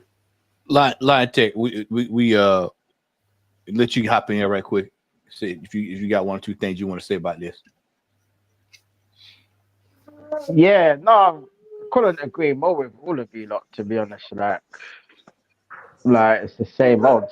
But with in regards to Liverpool, we could only go on what they're doing right now, and what they're showing right now is the consistency that no one else is showing. You know what I mean? They're grinding up results. Even if they don't play well, they'll still find a way to win because they've got players that can make the difference. Like you got Salah. Like you'll see Salah, yeah, and he'll be quiet for most of the game, but he'll pop up when it matters and he'll score that goal to win the game. And that's the difference between Liverpool and us at the minute. The fact that they've got game-changing players and they've got a manager that knows how to manage his squad. You know what I mean? Because right back now, he ain't signed no players apart from Chiesa, who's been injured all season. So he's not even featured. So this year is an example of a manager that's just working with what he's got. Something that this manager needs to start learning how to do. You know what I mean? Because if he ain't going to sign no one and he's happy with his squad and he's talking about, all this foolishness about, we got internal solution. Internal fucking solution. What is he talking about, bro? Internal. So if we got internal solutions, then why don't you use them then? You know Exactly, what I mean? man. It don't make no sense, bro. You're talking about Doesn't make no internal sense. solutions, yeah, but you're not using them, man. You got people like Nweri, you're not using them. Like you're using players like King Marino ahead of Nweri. Marino, you know, which is your signing, by the way, Arteta. You chose to sign these guys, you know. None of us told you to sign them. Or sign all of these players that Calafiore and all these other players that for some reason, yeah, you favor a lot when they come back from injury, yeah, over the players that should be playing. And we're looking at it thinking, like, why are these men still getting in the squad, even after injuries upon injuries upon injuries? But yet our youngsters, like Skelly, like and Worries, they're just rotting on the bench every week. We're struggling, bruv. We got no one in the team that's doing anything to change the game. We've practically lost our attack. Like Saka has been our attack for the last 2-3 years. You know what I mean? This manager has had that fixation of building everything around Saka. So now we're going to see this manager, yeah, he has to coach his way out of this. I've said this all season, yeah. From the transfer window ended, I said he needs to coach his way out of this. Because him and Eddie, the Chuckle brothers, yeah, they put us in this position. You know what I mean? Now Eddie's dipped, yeah. So he was like, this is long, bruv. Like, man was the PR guy for the process and all of that shit, yeah. Man said, fuck this, I'm gone, bruv. Going to Nottingham Forest. And I agree with what Matty said earlier. We are actually going to see what type of signings he signs and see if he actually is the problem or not. Because right about now, we don't know for sure who's the problem, but I think it's more on Arteta now that Eddie's gone, yeah, I'm starting to see more on Arteta. You know what I mean? I used to just link both of them like a Twix bar. You know what I mean? They were both as culpable as each other, but right now it's more on Arteta, man. He's just a scumbag, bro. He's a scumbag. I'm telling you. Like, he's a fraud, bro. I've been saying it for years. He's a fraud. You know what I mean? He thinks he's smart, yeah. Even when he's in his press conferences, yeah. Man never answers the question properly, you know. He's always skirting around the question, talking about everything other than what he's supposed to be talking about. You know what I mean? Yeah, like what Matt is doing now, just dodging, like he's a boxer or something, just dodging punches. Instead of getting one in the chin right there. You know what I mean? The one that will uppercut him. You know what I mean? Like, he never takes that knockout blow and takes one for the team. He's always like making excuses for everyone else. Like it's just the same old, bro. This is why I wanted him out for so long, yeah, because like he's not good enough. You could show, like what Matty said earlier, like the rookiness in him. It always shows up at the wrong times, bro. And it showed up them 2 times when we had the chance to win the title. Like changing the whole team around against Villa. When you're concentrating on Bayern Munich, when that was the most important game. That's the kind of inexperience I'm talking about. Also, like, changing the winning formula when you're 8 points clear to just completely throw away the league because your striker just come back from a knee injury. He should have never come straight back in, by the way. He should have been eased in. And you wonder why Jesus is finished now. You know what I mean? You've destroyed his career as well, bro. As much as I get onto Jesus and that, and the fact that he can't finish and all of that, like he's always had that problem that he can't finish too well. But at the start, yeah, he was actually playing really good football. You know what I mean? Everyone remembers when he first came in, yeah, he was linking up with the team. Him and Martinelli were linking up. They were scoring goals. They were contributing. Then he obviously got injured, and then he ain't been the same since. And this manager has a history, yeah, of rushing players back too quickly.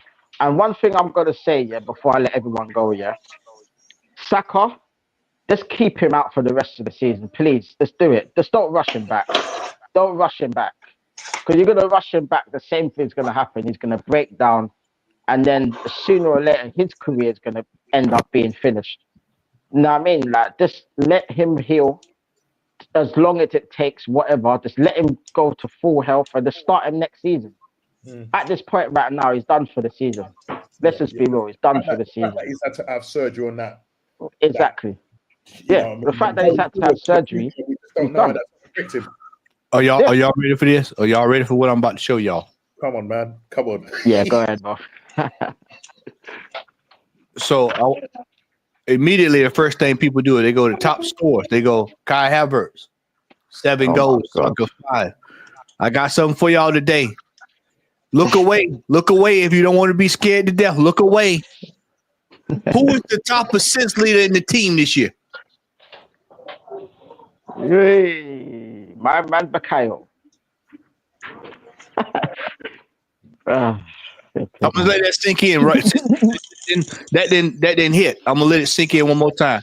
Who is the top assist leader in our team this season? Saka, man. The creator. Yeah. The attack. Martin Odegaard. 2.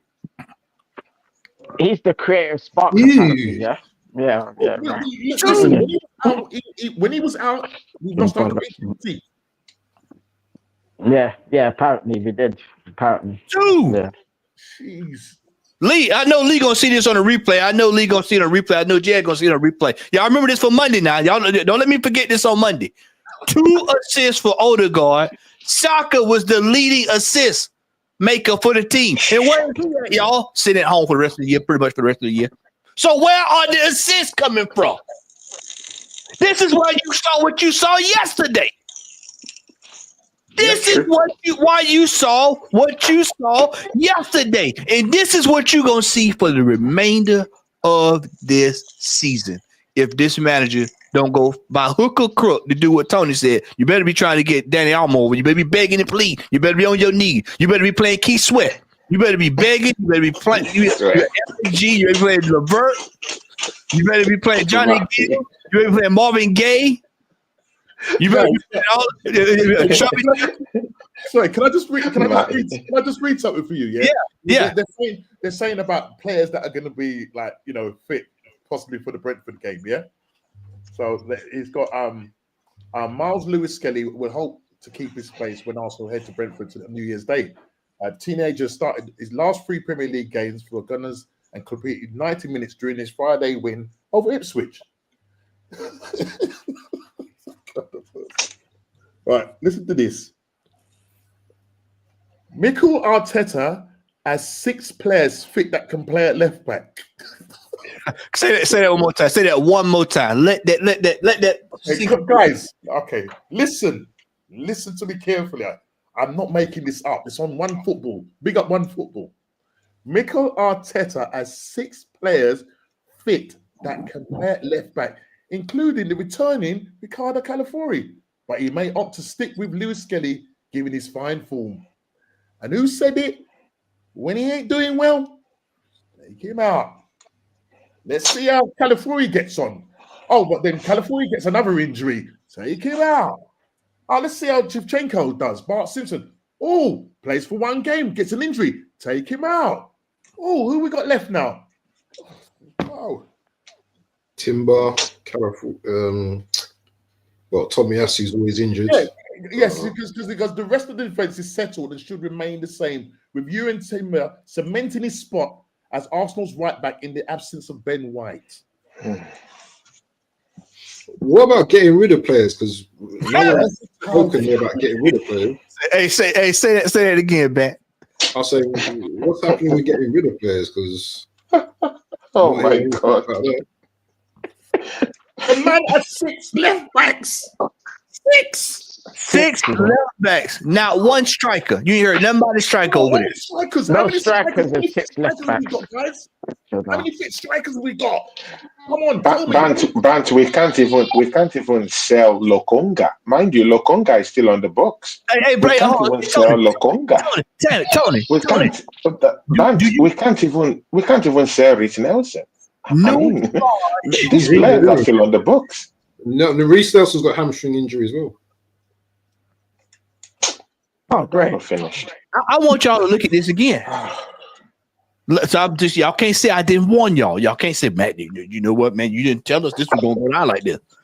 I just want y'all to be prepared for the next couple of games. The top assist leader in this team this season is Bukayo Saka.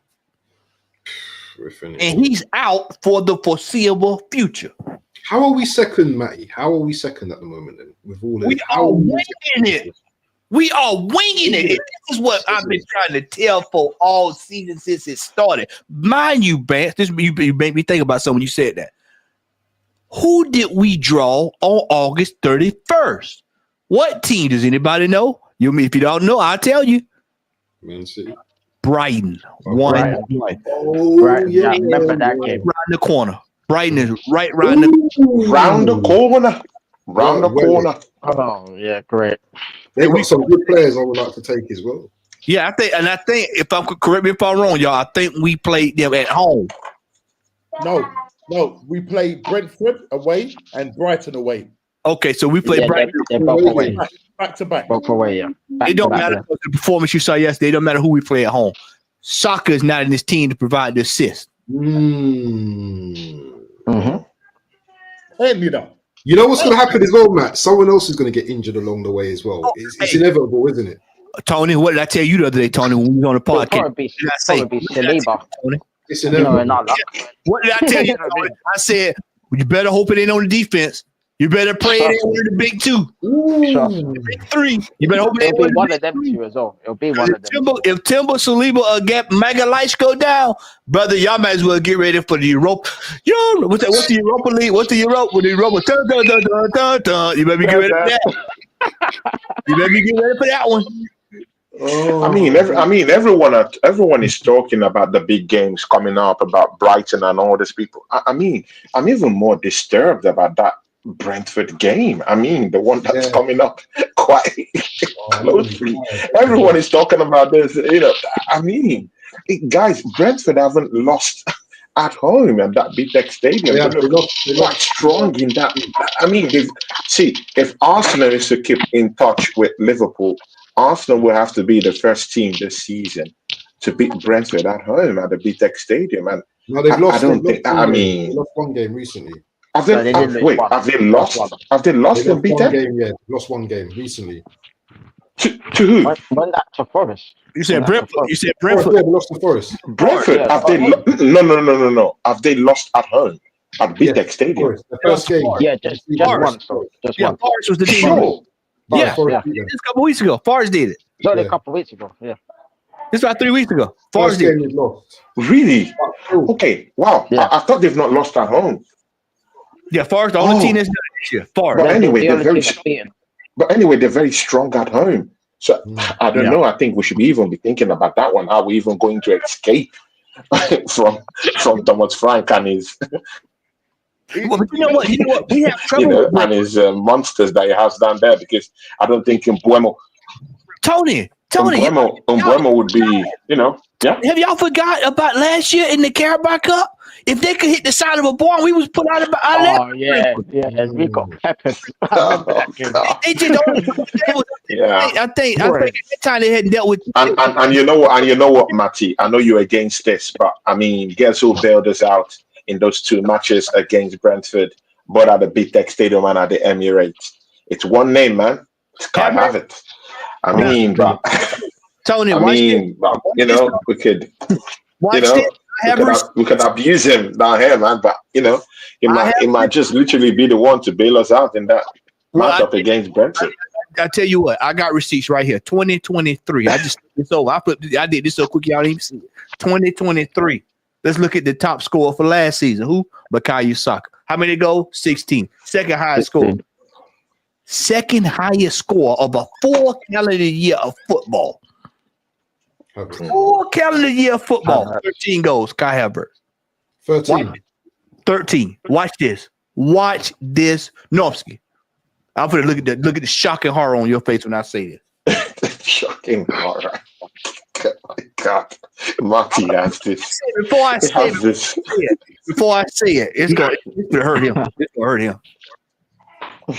Yeah, you better pull up that rum there, my friend. Bro, up that Yeah, rum. man, that's the Joe Normski on that one, bro. Hey. Martin Odegaard, since last season, combined with this season, has only had 13 total assists. Wow. 13. And Total assists from this year and last year combined. He's one of the best midfielders in the country. Are you crazy? This guy's overrated, man. Watch Brentford midfielders as well, because Brentford midfielders are underrated as well. Very underrated. Very underrated. This football team is backwards. We are. If people think that I have sat here with you all for years, and we have sat here for at least 3 years, and I have said that we need better than what we have. And you can just go through this. You can even go back to the year 2022 when we were rolling. Not one goal scorer. Not one. And they telling you last night, hey man, Kai Havertz, he's on the road to 20. Bro, in our best years, we had a 20 goal year striker. And look at this again. We're gonna go back again. I'll go back a little further. If y'all think I'm just playing with y'all, look at Odegaard back in 22. 8 assists the whole calendar year of professional football. Wow. Ain't nothing changing in this team. Yeah. Ain't nothing changing. Nothing. There's been no change at all. Poor numbers. And this is why I be on my head all the time. Saka was the top leading goals, assist man that season. Odegaard had to score in that year. That was when he had that wild year that I told y'all we wouldn't ever see that again. And then you look at Saka. Saka, I did him in assists that year. Yep. If you paying the creative midfielder The money to do what? To make him to be the midfielder. What's his job? If the To flick his hair. if the trash To man flick his hair and clap. if the trash man comes to pick up the trash on Wednesday, what's his job? Not to rake the yard, but to do what? Pick up the trash. We pay Odegaard to be a midfielder. He's supposed to be creating. He's supposed to be dictating. Martin Odegaard is part of the problem, ladies and gentlemen, whether y'all want to face it or not. The reality is this man is not up for the job. Tony alluded to it. I stuck right there with you. The ball goes right up under his foot yesterday on the sideline. He looks down, starts clapping. What the hell are you clapping for? What you looking around for?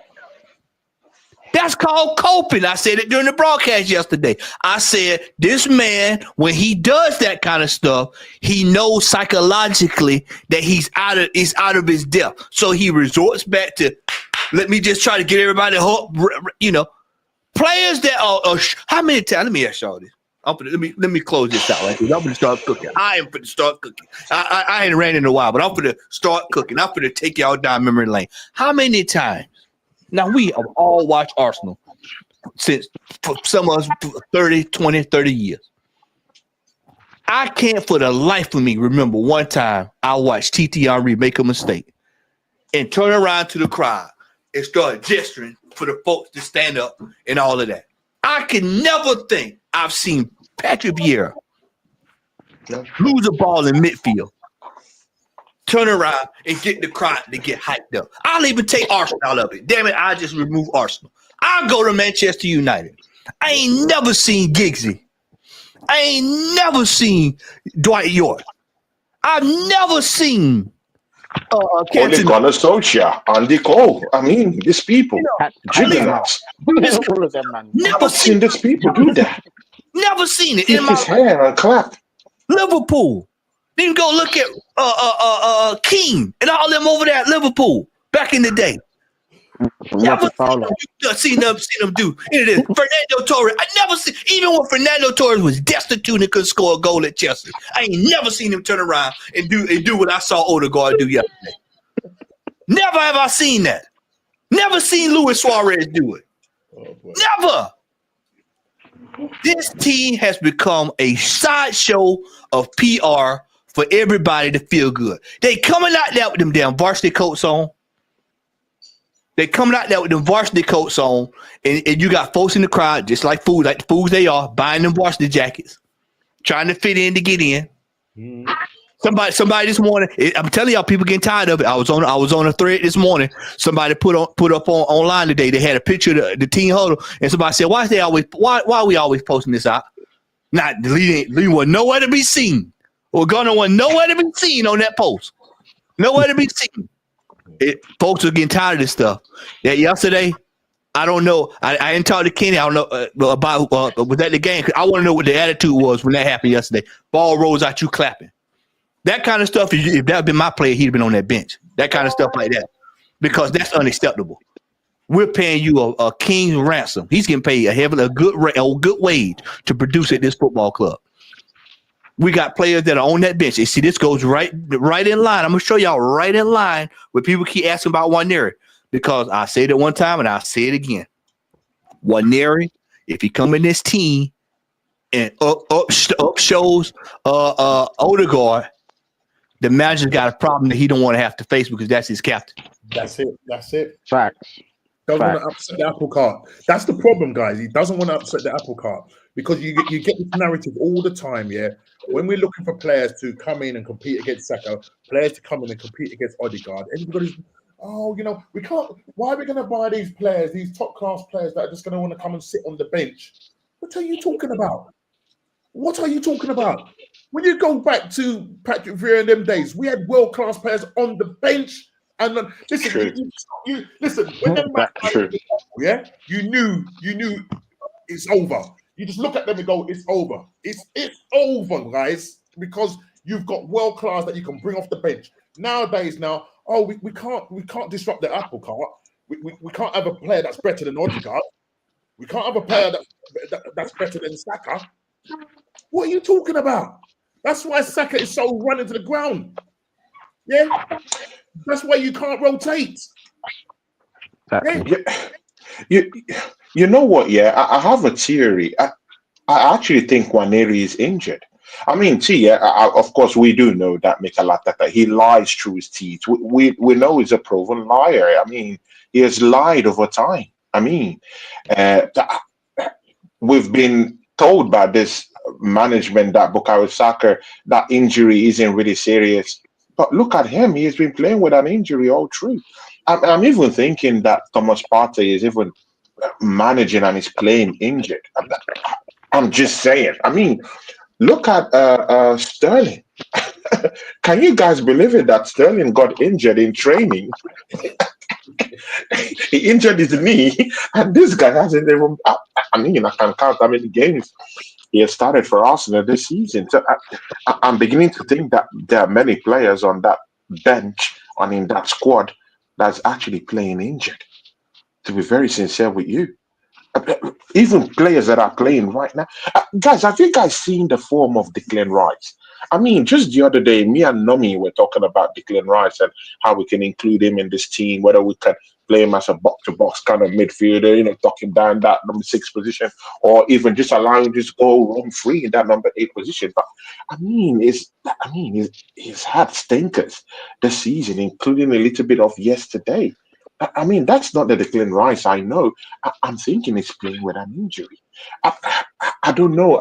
I'm beginning to question the fitness levels of these players due to the mismanagement that this manager has actually brought to this team. And I mean, guys, don't allow that escape from your minds that these players might be playing with injury. This manager doesn't know how to manage the squad. You don't know what to believe and not what to believe. That is the problem where we are now. Yeah. He's a liar. I mean, he's a proven liar. I mean, there's a track record of his series of lies, that he has told in press conferences. I mean, a journalist asked him, what you've not won a major trophy and this is your 5th season, and the manager says, hey, no. I've won the Community Shield. Those are trophies. I mean, a manager that he does hocus pocus to actually trump up the kind of trophies he's won in this league. I mean, that kind of manager can do anything. He can lie. We've seen him literally push Thomas Partey, injured Thomas Partey. We've seen him push him to go play. We've seen Bukayo Saka injured and he's pushed him to go play. Bro, we've seen Martinelli injured in the sidelines. He's propped him up and pushed him to go play. This manager has a trail of lies that follows him in his press conference. And to God who made me, man, this manager is a bigger problem in this football club than we think. Yeah, this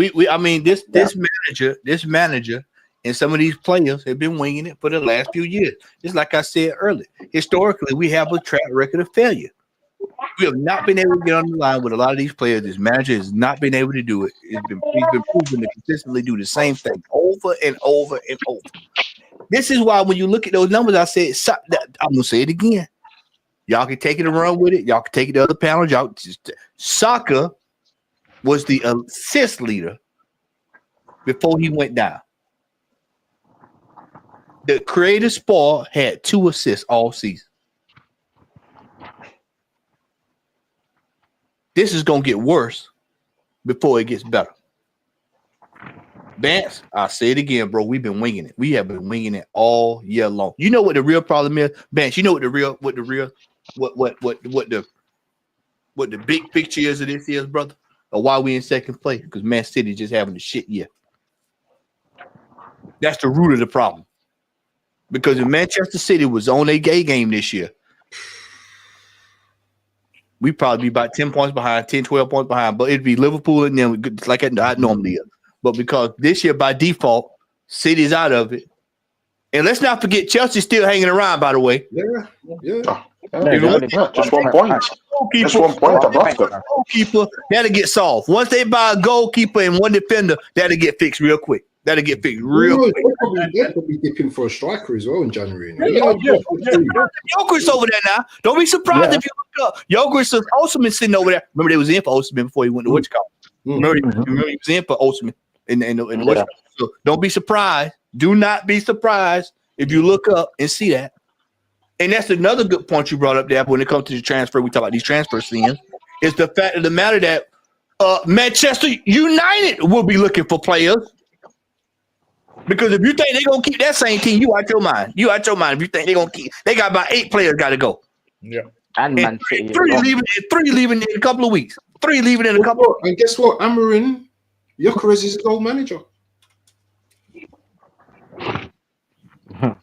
So the teams that need strikers, we're not the only team. So yeah, that's it. Yeah. This is the problem. And Chelsea have got the luxury of, like, because they're playing in the Conference League, they literally can chase a whole 10. Yeah, so they haven't got no worries. Yeah, so they can still focus on the league. We haven't got the squad to do that in the chat. Listen, listen. Everybody's gassing up, and we're happy that we the next game we should make it into the last 16 and whatnot, bro. But listen, man, this is where we're gonna get found out. Let's see how he manages this side with the squad that he's got now, with Saka now out of the side. Let's see how we're gonna go. Bingo. This is his doing. It's by design. 22 players. You showed up in the season with 22 players. And he goes into press conference and says, "I know we've gone into this campaign with a small squad by design." You think that you can deal with this? Yeah, get out of here, man. Versatile FC. That's what we're known as. Versatile FC. Yeah, I'm telling you. He wants to be Pep so bad because, of course, we know normally Pep likes to keep his squad small. He likes to keep his bench small. But again, you can't compare yourself with Pep because Pep has walked into a football club as a world-class manager. He's won trophies. Yeah. He has that pool. I mean, he can just cough out there in the transfer window and world-class players just follow him to that football club. So I mean, he's done his recruitment quite right. He's a world-class manager. What he's doing. So he can actually manage a small squad, playing with them and win trophies. He always finds solutions as well. He always finds those solutions. Yeah, exactly. So he's going through. Obviously, he's going for a serious crisis. Yeah, a lot of injuries and whatnot. Yeah, he may find it, he may not. But in the past, when he's lost players, he's always found a solution.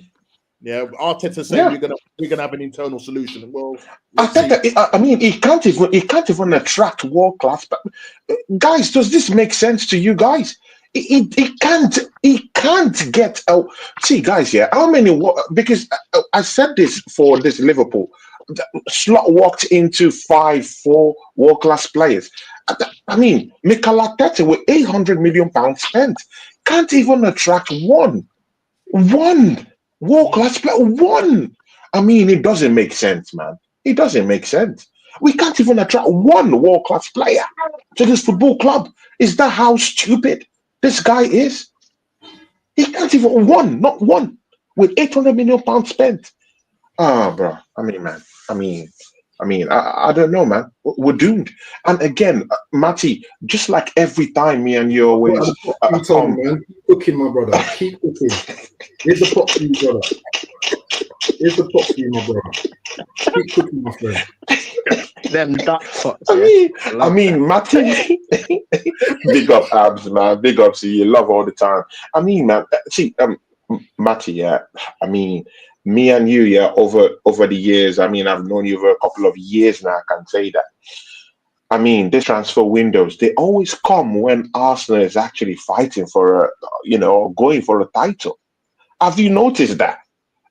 This transfer window just comes at a time when we just need to say, hey, let's get a striker, we can win the goddamn league. We are it again now. What did we say 2 years ago, Tony? What did we say? We said Rice and Sado. We said two players, not one, two. Rice and Sado. We said nobody can have it. When nobody asked, we looked around for him. We said Rice and Sado. And then in the summer before that, who did we say? We said Ivan Toney. TJ Warren in the chat. TJ no. Ivan Toney. TJ Ivan Toney. I said about time. Ivan Toney. Even if it was just for 6 months, Ivan Toney. Just something to get you over the line. You know what? Yeah, we have that same chance again 3 times in a row. We have Jokerit. that chance again to go get either Gyökeres. But again, this manager has said that. He said, Mikel Arteta. Do you know what? Yeah, Mikel Arteta now says things brazenly. That's something that I just started this season. As in, he brazenly says outlandish stuff that are quite. That's why I've come to the conclusion that he's a strange character. This manager came out in a conference and said that Victor Gyökeres isn't a natural finisher. That should tell you what. He's so brazen in saying these things. I've not seen that in the past 4 seasons he's been here, but there's some certain remarks and statements that he dishes out, mostly that Community Shield Cup wins. He's so brazen in saying these things. I've not seen that kind of boldness for the past 4 seasons. Bro, the arrogance keeps growing in tremendous geometric progression. For him to just say that. Right now, we have another transfer window that's going to be open in the next maybe 3-4 days. He has a chance right now to go and talk to Napoli. Yeah, they need that guy who can defend. That guy who came from Italy who can. The new style now. I don't want to be calling their names because their names irritate me. So I'm not even going to be calling their names again. Yeah, for clarity, Kivio. But I don't want to call their names again because their names irritate me. He can defend. Napoli wants the guy.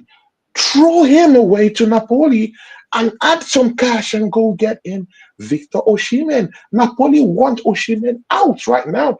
And there's a clause in that contract that took him to Galatasaray that says that his loan move can be truncated if a club brings the amount of money that Napoli wants and he can cut his season-long loan move to Galatasaray and go to that football club. So why isn't he, since he doesn't like Victor Gyökeres for some reason and he doesn't think that he's a world-class finisher, at least surely you should think Victor Osimhen is a world-class striker.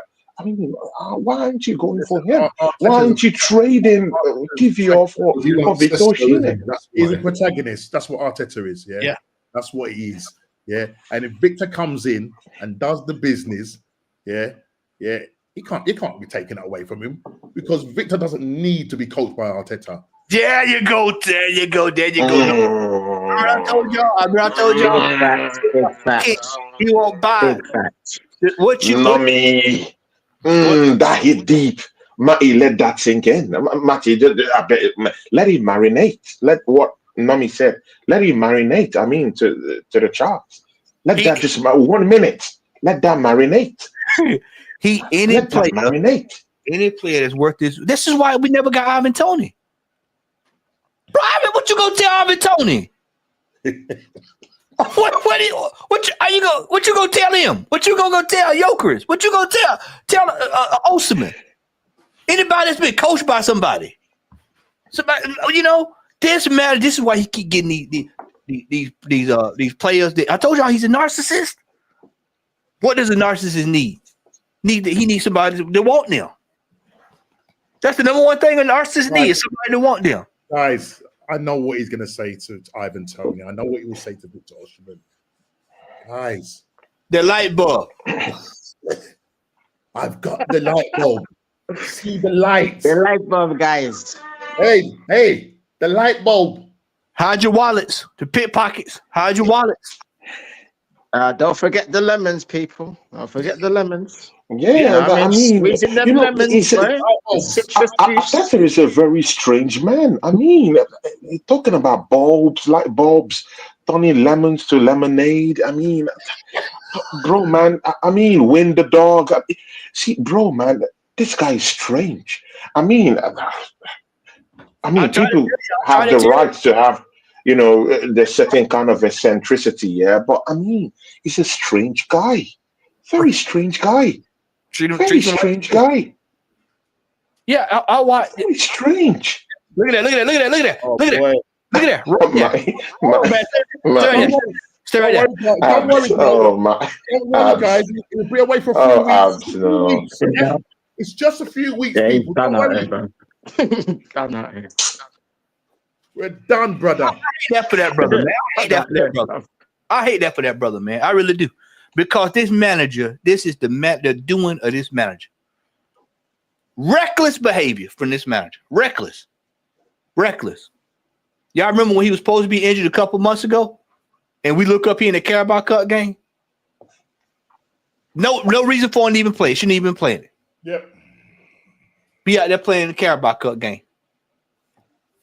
Oh, Let me say something too while it's so fresh in my mind. Pickpocket. What did the players learn? What did the players learn? Hold on, They Tony. didn't learn anything from the pickpocket stuff. Nothing. Hold on, Tony. I got something for you. I got another bombshell. Manager. Because see, people don't see it. People don't. In order to see this for what it is, you have to step back and look at it as we see over here from 3,000 feet, 300,000 feet. You got to look down and see. You can see everything. So, what's the facts that we do know right now? We do know that City's out of all intents and purposes. They're out of the title race unless something crazy happened. They're out of that. But what are they still in? FA Cup, Champions League. And if they don't get they at their order, guess what? They're outside of what? The qualification for the Champions League, right? Which therefore means they need to do what? So guess what they'll go put all their energy into? Yeah. They'll buy players just to win that. Just to win that, yeah. And then we'll sort the rest of it out in the summer. Yeah. Arsenal don't think big picture. We think small. We think everything is designed to make a quick buck, make people feel good, look good, and just drum up a lot of happiness. Y'all remember old Frankie Beverly, right? Happy feelings. That's all they worry about. That's all they worry about. No, but surely, now that Bukayo Saka is down injured and out, but surely at least something must be ringing and in Arteta's head right now. Like, things are gonna get worse. My talismanic winger, that scored goals for me this season, highest assister this season, is down the ground. He should be thinking right now to go into the market. A right thinking manager. Even a Shadwell, a Shadwell of coaching should understand that I should be in the market. Looking at options. Surely you should be thinking about that. You don't have to be a world-class manager in it to think about those kind of things, right? You can be an amateur coach to actually think right now that, oh my God, I think I need reinforcement. You don't have to be a legitimate manager to think that you need reinforcement with what has happened to Bukayo Saka. You should be thinking of tapping into that market and going and bringing in world-class players to kind of help us, at least someone who can help us, shoulder the assist, the assist part of the whole game for us. Oh, please, no. Please. Oh, no. that actually a thing? Oh, my days. No. This is easily linked with this guy. But no. This is a type of Arteta buyer. Matty, I want to rest, man. It's too much. It's too much for me. It's too much. Let me rest my head. What about Rashford? It might even be a double signing, Abs. It might be both of them, man. Hey, tell them. Can you imagine? Home FC, innit? Might even be both of them. Then they'll say, "Oh, well, we got it sorted out. We've got a team for the future." Y'all know they love to tell that lie about we lined up for the future. This is why I tell y'all: don't be surprised when it comes to this with this manager. It's not going to be the names we think it's going to be. It's going to be somebody like that. It's going to be somebody like that. Might even be worse. It ain't gonna be in Buemo. No. Brentford's gonna want a king's ransom. Actually, I have an idea who's gonna come in. Actually, I have an idea who's gonna come in. Marcus Rashford. Guys, you guys are forgetting that Marcus Rashford is looking for a new club, a new environment. He's looking for a hero to kind of like help him out. And of course, we do know Mikel Arteta is that guy that likes to resurrect players. He loves to be their heroes, innit? I know who I want to be my hero, but Fucking hell. You know, this manager has a pattern of, getting players from crappy places and bringing them into an environment to help resuscitate their careers. I really do think that Marcus Rashford, will be coming to this football club. I don't want to hear what anyone is telling me. He's not looking at Osimhen. He doesn't respect Victor Gyökeres. I mean, that tells you a lot about this manager's psyche and the certain eccentricity this manager comes with. It comes, as in his eccentricity comes with a punch. He doesn't respect full-fledged strikers. So, I mean, I'm thinking that Marcus Rashford might be the one to come, by the January transfer window. That's the legitimate person he's thinking of bringing in to the football club. See, you don't hear when he talk, you better listen.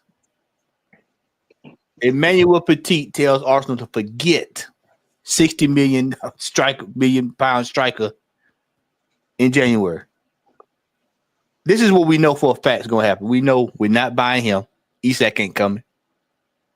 They're not selling it.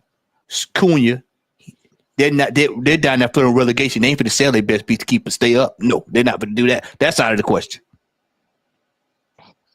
Everton, they just probably gonna be mid-table. They may entertain the idea. This is why I say that Calvert-Lewin, that is right in the line. Vance, that is, if you want to talk about Arteta you want to talk about an Arteta signing, that's one. Rashford. Wouldn't it be like Arsenal to strengthen the rival? Just, hey man, y'all on destitute time. We all on rough time. Let's give you 30 million for him. Yeah, see, right now, even the child know. The child started crying. Even the child know. Guys, do you remember in 2011? Do you remember those signings in 2011? Do you want to remind you of those signings under Wenger when we thought nothing was going on but the rent? Yeah. Park Chu-young, August the 30th. Yeah. Let me just read these players out to you. And Andreas Santos. Do you remember Andreas Santos? Oh yeah. The left back, the marauding left back, yeah, who scored that famous goal against Chelsea. Per Mertesacker. 2011, August the 31st. Yeah. Yasu Benayoun. August the 31st. And guess who the other player was? The Sangria Southgate. No. Mikel Arteta. Yeah, exactly. I know. Deadline day. I remember. Deadline day. You remember that? Oh, so now he's taking that back. He's taking out on the club now. Bro. You remember that? Bro. when you show those players that we could possibly sign, it took me back to 2011. 2011. And this is the player that we signed. And we thought, oh yeah, Mikel's going to come in and replace Fabregas. Fabregas what? Crab master, man. I mean, Matty, you've been saying this, you've been saying this. This is what you get, yeah. This is what you get for not doing due diligence in the transfer window in the summer. You can literally take up as in nearly almost your shows last season and play them back this season again, and then you get the same thing. Yeah. We've not done due diligence in the transfer windows in the past transfer windows, and that's why we're out here, we're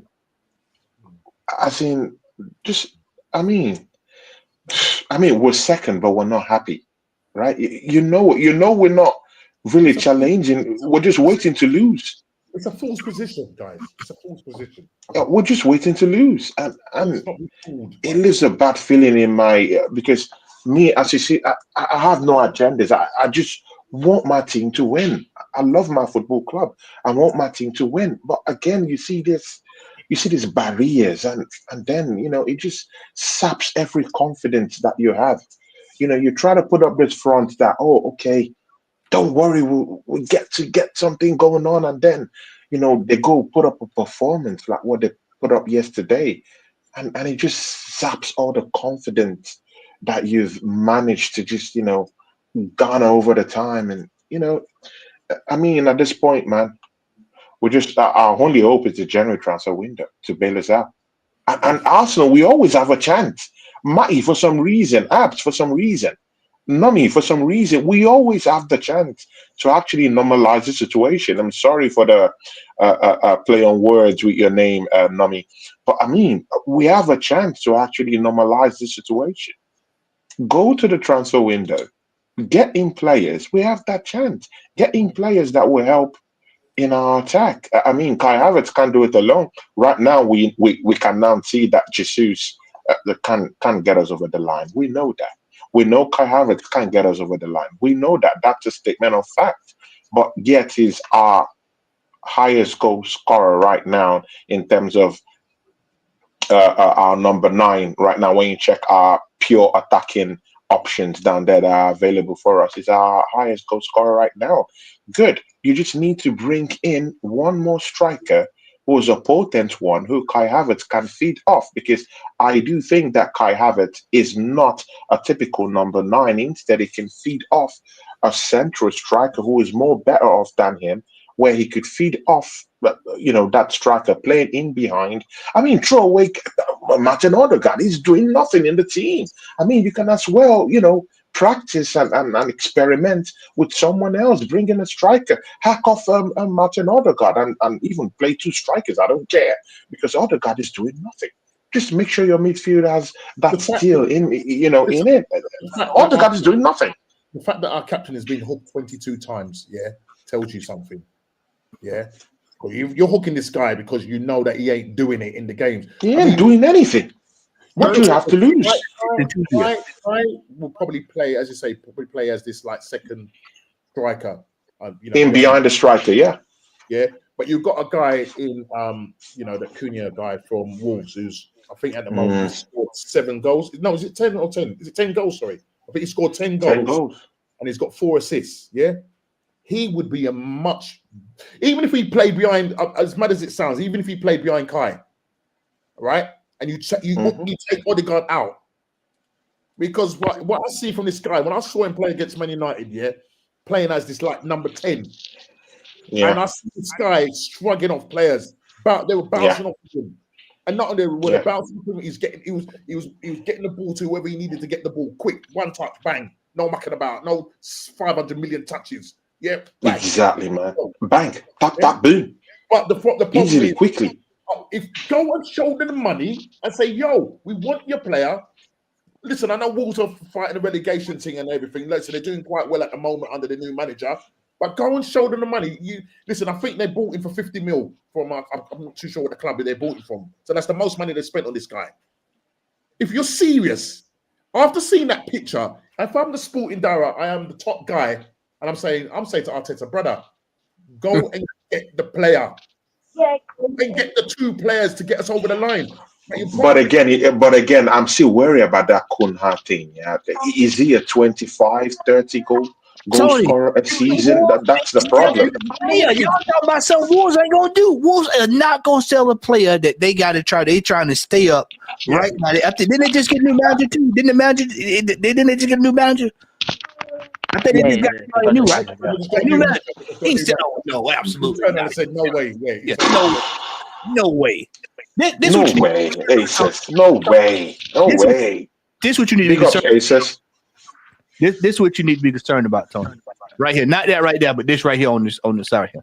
This is the Premier League assist. I had to go over. Hold on, we're gonna go all the way back to the front. Look at it. Now, we already talked about soccer. Watch this now. I got to click over. 1, 2, 3, 4. 4 pages before I get to another Arsenal player with assist. Declan Rice. 3 assists. 3 assists. 100 million pounds. He's run down his career. Then I got to go over another 2. Kai Havertz over there at 50 in the Premier League, and Odegaard somewhere back over in there. Lord, you back in there somewhere. Calafiori even got 1 assist. Bro, this team is destitute, bro. This is gonna get worse. This is going to get worse before it gets better. It's going to get worse. I mean, you can just go down and assist. Look at the passing. How is the center back got more passing than the midfielder? Saliba is third in the league passing. Oh God. Shouldn't your That's shameful, man. Why do you think he's third in the league for passing? What do we do at the back? goof off? 98% of the time, yeah. We pass that. I checked how many passes we played in our own third. It's ridiculous. Our pass accuracy in our last third, our own half, is 98%. 2% off. 2% of 100. I had to click over. I had to click over 3 pages before I seen the midfielder. And guess what? That's a defensive midfielder. All the defense lead the league in passing. Yeah, where's the creative spark? You know what I mean? Just find him. Let's see where he at. Where is he at? Where is he at? Near the bottom. Y'all see this now? I'm just clicking over. Y'all see what I'm clicking now? Y'all watch it like I am. 114 in the league. It's a joke, man. Whoa. No, that's jaw dropping, man. That's jaw dropping.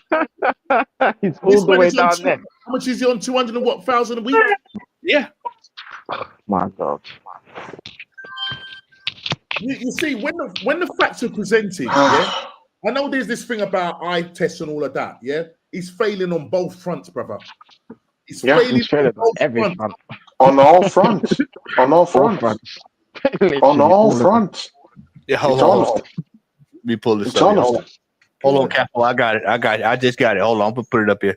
This is ridiculous.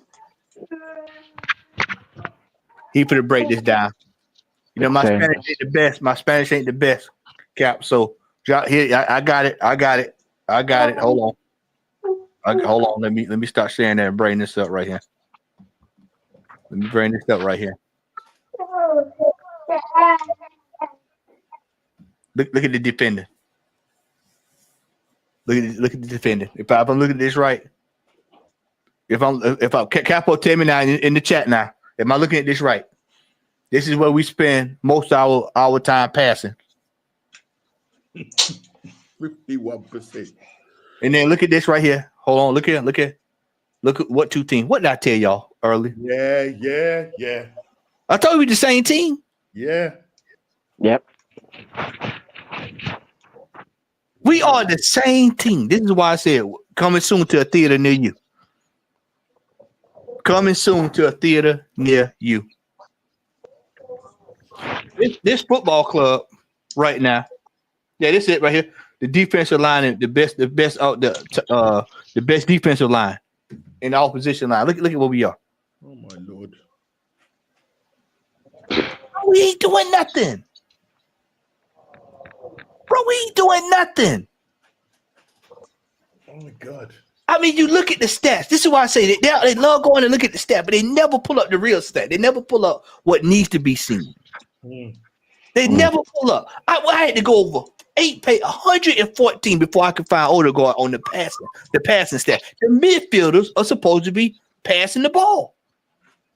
That should be near the top. Yeah, that's what I'm saying. It should be near the fucking top, if anything. I mean, Erling Haaland ain't hit the side of a barn in about 2 months and still number 2 in the league for scoring.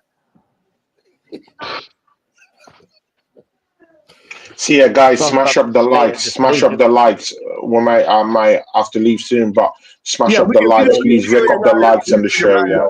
Smash up the likes, people. Those of you in the chat, smash up the likes, yeah. Smash up the likes. Watch this. No, watch this one. Watch this, Nomsky. Watch this one. We're gonna round it up soon, y'all.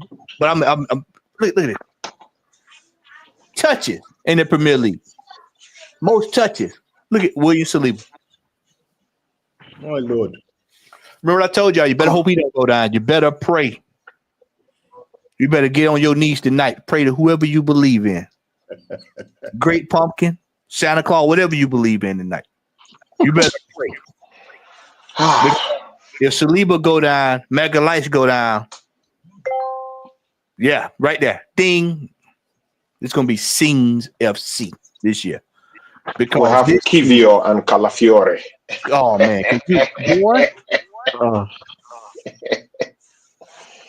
Isn't California actually a centre back? So wouldn't that work for us? Yeah, he's a centre back though. Yeah, he's a centre back. I mean, all the touches. No, there's no. I have to. I'm clicking over. People, y'all seen this in real time. I'm clicking over 2 or 3 pages.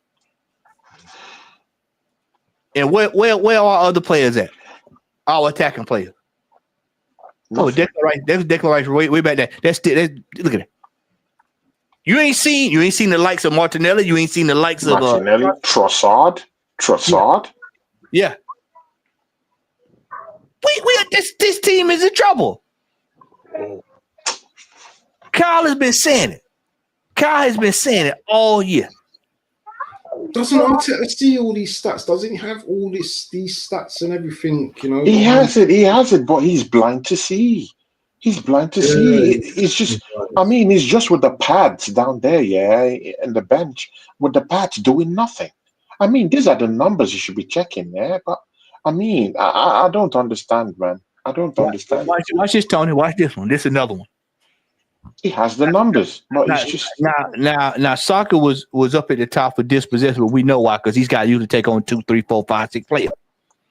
Why is your creative midfielder in the top 30 players in the league dispossessed? Yeah, look, Lionel laughing. He enjoyed eating this up. Look at that. That's your midfielder. That's the man that's supposed to distribute the ball. Y'all saw them passes yesterday. Surely y'all saw a couple of them passes yesterday. Them passes to Noah Alley. They look drab. Them passes to Noah Alley. Y'all saw them? The black hole. He was passing to the black hole yesterday. The imaginary friend did it, you know. Hey, y'all watch y'all remember the old Flintstones, right? The Flintstones. Don't do that to the fans here, man. Don't allow them think too deep, man. Pass it to the black hole. Yeah, I mean, this is. I mean, look. When you look at these numbers, it's just wow. Shocking. It is shocking. All sides. Yeah. Look who's in the top in the league. Offside. Kyle Havertz. Oh no. No, it's shocking, man. And very embarrassing, actually. It's embarrassing to see this. I'm surprised Martinelli. I was thinking Martinelli. Yeah, where's Martinelli? Martinelli has been poor. He's been totally garbage shit this season. There he is. He's been garbage. He's just a piece of bone that they just throw up front. Nothing. He's merely a piece of bone. No, sincerely, man. He's just there for the numbers to complete the numbers. That's a piece of bone. That's nothing. Bro, we got some serious. Saliba in the top 50 minutes played. He's played 1,470 minutes. He's gonna break down soon. Remember we talked about that last year. See, remember he just almost 2 years running away. He's played most of the season. We got some serious questions that need to be asked in the next several days here. Yeah. And I'm talking not just from us. I'm talking from the fan base en masse. Because these are some damning stats we're looking at tonight. I'm gonna say that one more stat again to y'all. Bukayo Saka, for everybody who's arriving late. I see Darren just poked in. Taib, what's going on, brother? Big ups to Darren Sullivan. Big ups, Darren. I'm gonna say it again. Okay. Darren came back. He got some late people coming in late. I'm gonna say it again. Bukayo Saka led the team this season. But up until last week was leading the team in assists. Vance, do you still have that picture I was just about to bring. I mean, you think I like it? Yeah. Do you have that picture? Do you have that picture? I'm gonna show you. I'm gonna show you where your assist is in just a second. I'm going to show you. Let me know when you got it ready. All right, here we go. This is where your assist leader is right there. That's the assist leader for the season right there. So where are they gonna come from now? Where are the assists? Hey, so whoever watched this and want to clip it, clip this part. Where are the assists coming from Arsenal the second half of this season? Show it to me. Show it to the panel. Because right now, I don't see them. Just like how that screen just went blank. Yeah, I don't see them. John Cena. Yeah, you don't see me, man. You don't see it. Bro, peak Alicious. Yeah. We're in trouble. We are in trouble. And it's just to see his message. This is his message. The majority see the calls, but few see the opportunities. Recovery has begun, and I'm coming back stronger. We hope. We're praying. We're praying, bro. We're praying for you, man. We're praying for you. We're praying. Allah, yeah, inshallah. Yeah, man. Because this brother here, I hope for his sake he come back a much stronger player. But up under this manager, I'm very concerned about him coming back as a player as a whole. Up under this manager. This manager, he's just like in a transformer. So anybody watch Transformer? He's just like my man that eat I can't call somebody in the chat know what's his name, the one that eat up the worlds. Or just like Marvel, he's just like Galactus, devourer of worlds. This manager eats up strikers. Anybody that's attacking, he eats them up and spits them out, throw them away. My DC fans in here, Brainiac, just like Brainiac. Go take the land and just throws it away. Unicron, thank you, Silveron. I couldn't get it. Unicron, that was his name. Unicron. Bring me back, man. Bring me back to the paddle, man. You know what, man? You know what I was thinking? You know how you just spotlight abs, yeah? You need to spotlight every one of us, yeah? And we need to have to say something to Arteta straight to that camera, all of us. You know what? That's what we're, you know what? I'm fully with that. You know what, Noski? We'll see you first. We'll out of here. Nomsky, we see you. Let me say this to you guys. Arteta, I don't want to see this no more. I don't want to see this. Bob. I want to see this. This is not the solution. This is not the solution. You're saying find an internal solution? The transfer market is opening in a few days' time, people. Arteta, please do what you need to do. Go out in the window and buy the players you need to buy in the right position. Because right now, we're going into a period of games, right? And the way we're playing, I don't see us coming out of this. I don't see us coming out of this with any flowers. Arteta, you need to do what you need to do. Go. We've seen the picture. We've seen a picture of Saka lying in that bed. That's your problem, man. You caused it. You need to fix it. That's all I've got to say. Big up, Nomsy. Tony, what do you want to tell Arteta? I mean, see, guys, I got lemon down here, yeah. I mean, not lemon. See, man. Arteta, man. See, man. These lemons won't do any good. Yeah, bringing out the light bulbs, it won't do no good.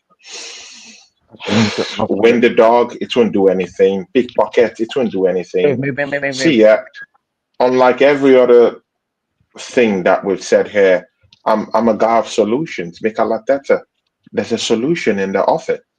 How about you go to that transfer window that will just open in the next 4 or 5 days and go and bring world-class players to come into this football club and get us over the line?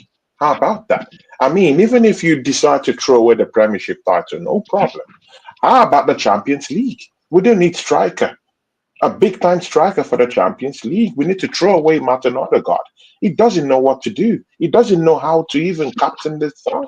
His performances tell us that. Yeah, go into that transfer window. Go bring in maybe someone like an Umbuemo to at least help us out, an SOS, help us out, a Cunha, maybe. How about Victor Osimhen, Victor Gyökeres? Go get these guys and let them help us out in this team.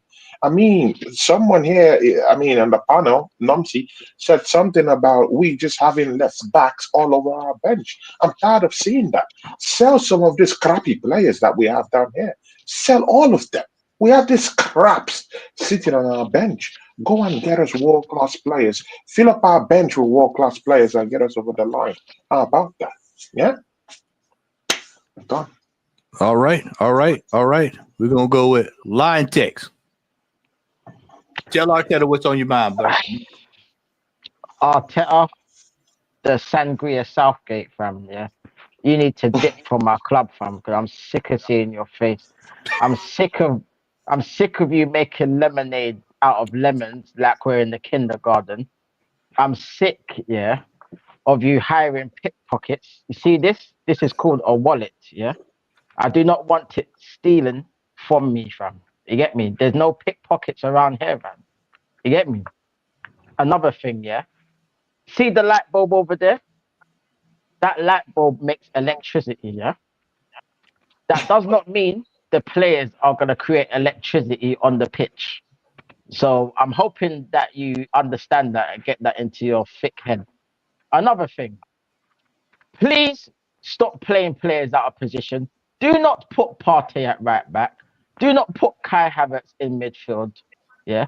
Go out there and get a striker. Go out there and get a right winger. Go and get some fucking players. No excuses, fam. And if you don't, fam, I'm coming for you. You hear me? I'm coming for you like the Grim Reaper. I'm coming for you. Like, if you don't do the business, yeah, trust me, bruv. I've held back, yeah, this season on you, bruv, compared to what I've done the last 2 seasons, yeah. Trust me, you fuck about with me, bruv, I'm gonna finish you, bruv. You get me? Like flipping, like I'm gonna finish you, bruv. You get me? Sub-zero. You know what I mean? So watch this space. That's all I gotta say, fam. Hold All right. tight. Yeah, man. Well, I'm just gonna put it simple. You know what I'm saying? Yeah. 50 things to do once in a lifetime. I'm gonna tell you what not to do in a lifetime. Don't play "You'll Never Walk Alone" to your players in your dressing room ever again. Listen. Another thing, we had 51 things to do once in your lifetime, Arteta. Go and win me the Premier League. Go and make our fans happy again. Go and make our fans believe, yeah, in this club again. Because at the moment, we are starving. At the moment, we don't know what the direction of your management is. You know, we don't know whether you're just a manager that's just there for the vibes to get the team into top 4 and just be in the Champions League. We don't know what we're getting from our club. You know, the die-hard fans, yeah, that have supported you throughout your reign. You know, you were an Emil Smith Rowe away from a sacking. Don't ever forget that. Yeah, and you actually sold him to Fulham. Yeah, do you understand? He put faith in you, but you didn't put faith in him, and he saved your. So you know what? All I want a striker next. I want a striker in January. I don't care who it is. Bust that release clause. Bring me in a striker. And if you can't do anything, yeah, at least, yeah, end of the season, say I've taken my team, I've taken you guys so far. I need a new challenge. And you know what? I will give you your blessing. I'm sure everyone else will give you your blessing. And then we can move on and find a better, more experienced manager. Big up the chat as well every time, and big up Matty, my soul brother, for years, forever. Peace. Mikel Arteta, what I would tell you to do, take the next couple of days, go through your dossier, get your resume updated, have your agent put out a few feelers. I would say on Monday morning announced that we have signed Danny Olmo, or Wednesday, whenever the first is next week. Announced that we've signed Danny Olmo. We've triggered the release clause for Jokeris. We've sold Kivior. And then you did on the Arsenal.com page and on white, 12 font Times New Roman, you say, I want to thank the club that's given me the best years of my life. They took a chance on me when nobody else said that they would. And say that I'm prepared to fight here to win cups, trophies, and to end my tenure here at Arsenal with success. I have taken the club far as I can take it, but I think that it's time for me to move on to other pastures and walk away. Walk away. There's nothing wrong with saying that you didn't do what was required. Sometimes you need to walk away. In history, Arteta, there have been managers that have stepped down, turned around, and moved on to better places and ended up doing fairly well for themselves. What you, Arteta, needs to do is you need to look within. And you need to deal with the demon that you've been dealing with ever since you arrived, knowing that you were not qualified for this job, Mr. Arteta. Knowing that you took a position that you were not qualified for. You had not put in the time, the effort, the work that one Ancelotti might have put in. You didn't put in the effort that Inzaghi might have put in. You look at how you could have maybe went the route of Simeone had you put in just a little bit more effort and brought in a couple of signings and showed the people that you can try to do something, and people probably would still believe in you. But when you look at the talisman, when you look at Bukayo Saka, after all of what you've done, him laying in that on that bed today with his jello on the side of the bed, and he's probably sitting up there watching Monty Python from the bed, watching rerun. And this is a player whose England position is now up for grabs. This is a player who may never, ever be the same. We pray that it's not. We pray that he comes back and he takes the league by storm. This is why you should retire, Arteta. You should retire because of you brought in a player who had just recently, when you brought him in, had scored 3 goals at Anfield. He was cooking, was doing well for himself. Came into the Premier League, to Arsenal from Brighton, was doing fairly well. Player of the month. We were in the middle of a title challenge. You removed him to bring a player that you knew on personal terms from Manchester City back into this team. That has never been said, never been the same ever since. There were glimpses like we saw a couple of weeks at Palace, but we all know deep down inside that the best days are over. Arteta, not only should you walk away for that, you should walk away because you spent $65 million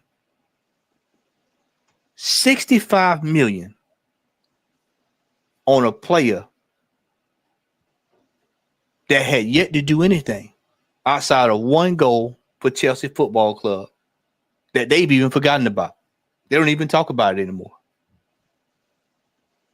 Not only that, but you bring that player in as a midfielder and you play him now for almost 40 games nonstop while we're challenging for a title. I'm getting to the end, y'all. I know it's long. You should also walk away from this because you brought a player in just this past September that was basically damaged goods. You brought him in. You showed him around the facility. You put him in the Black History kit. I'm going to start referring to it as the Kwanzaa kit. You put him in the Kwanzaa kit. You walked him around the facilities. He said y'all hadn't seen the best. We hadn't seen you at all. And here we are sitting right now in another situation that's eerily similar to what we've sat in for the last several years under this manager. And before we shut this down tonight, I want everybody in the chat under the sound of my voice tonight when you're sitting at home, you're drinking your tea, your dinner, I want you to all remember where we were this same time for the last 2 years when we needed the best to get over the line. We needed 2022. What do we need? We needed extra players. We needed more players. We needed to solidify ourselves. We needed to strengthen. What did we do? We held good relations. Last year, we needed a striker. We needed a player. We needed something extra to get over the line. And what did we do? We went back to the well that is Jesus. We went back to the well that's Martinelli.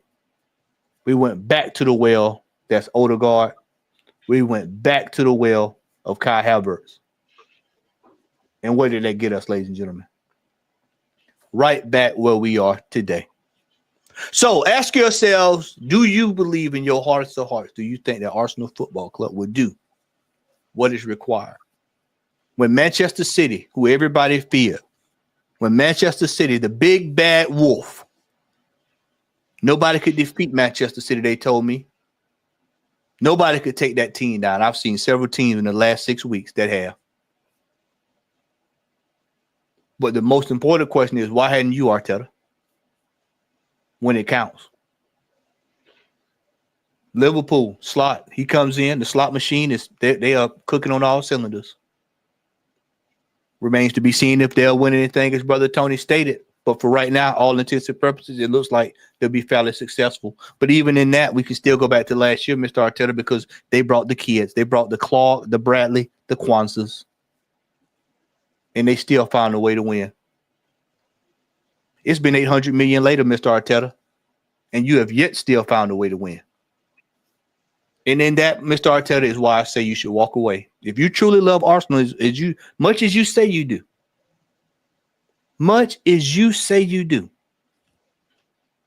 then find it somewhere in your heart to leave this club some way in a better, in some way, a better shape than what you leaving it in, what you find it in, Mr. Arteta. And with that, that's all I have to say about that. Ladies and gentlemen, I want to say thank you for all of you who have been with us for 3 hours. I've thoroughly enjoyed this. We needed this discussion.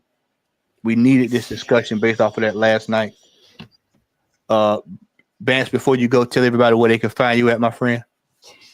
Waffle TV show, people. I'm there doing my shows. Just come over, man. I'm here, man. I'm just like I'm Matt, probably a little bit more aggressive.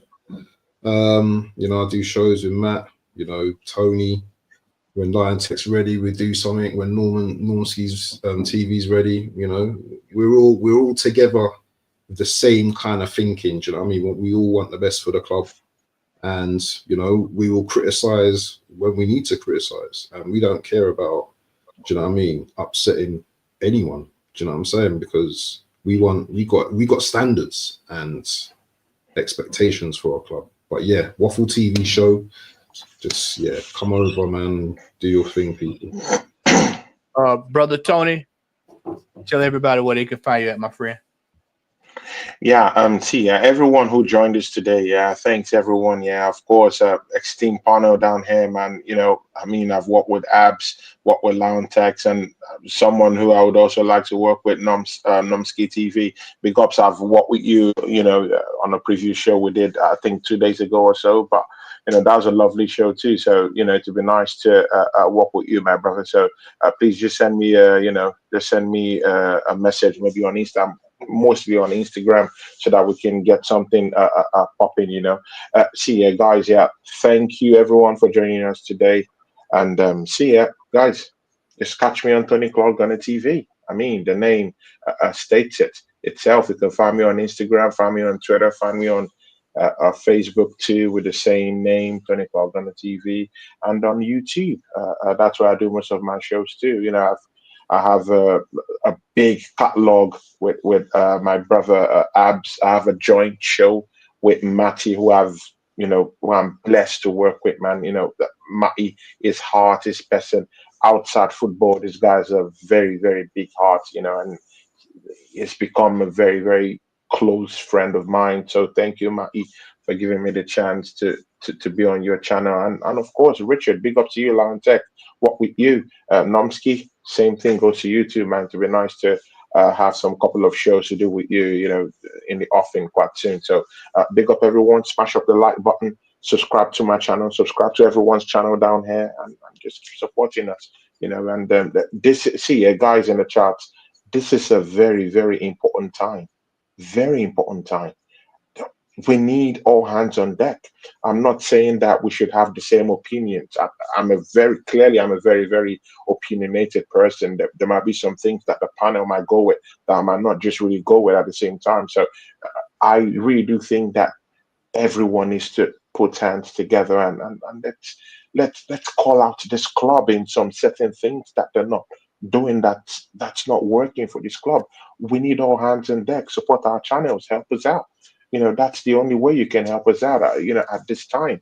We need to move forward as a football club. We need to go get a striker. We need someone who's going to help us out in the middle of the park. We need other guys out. We need all these Shadwells, all these false players. We need to put them out of this football club.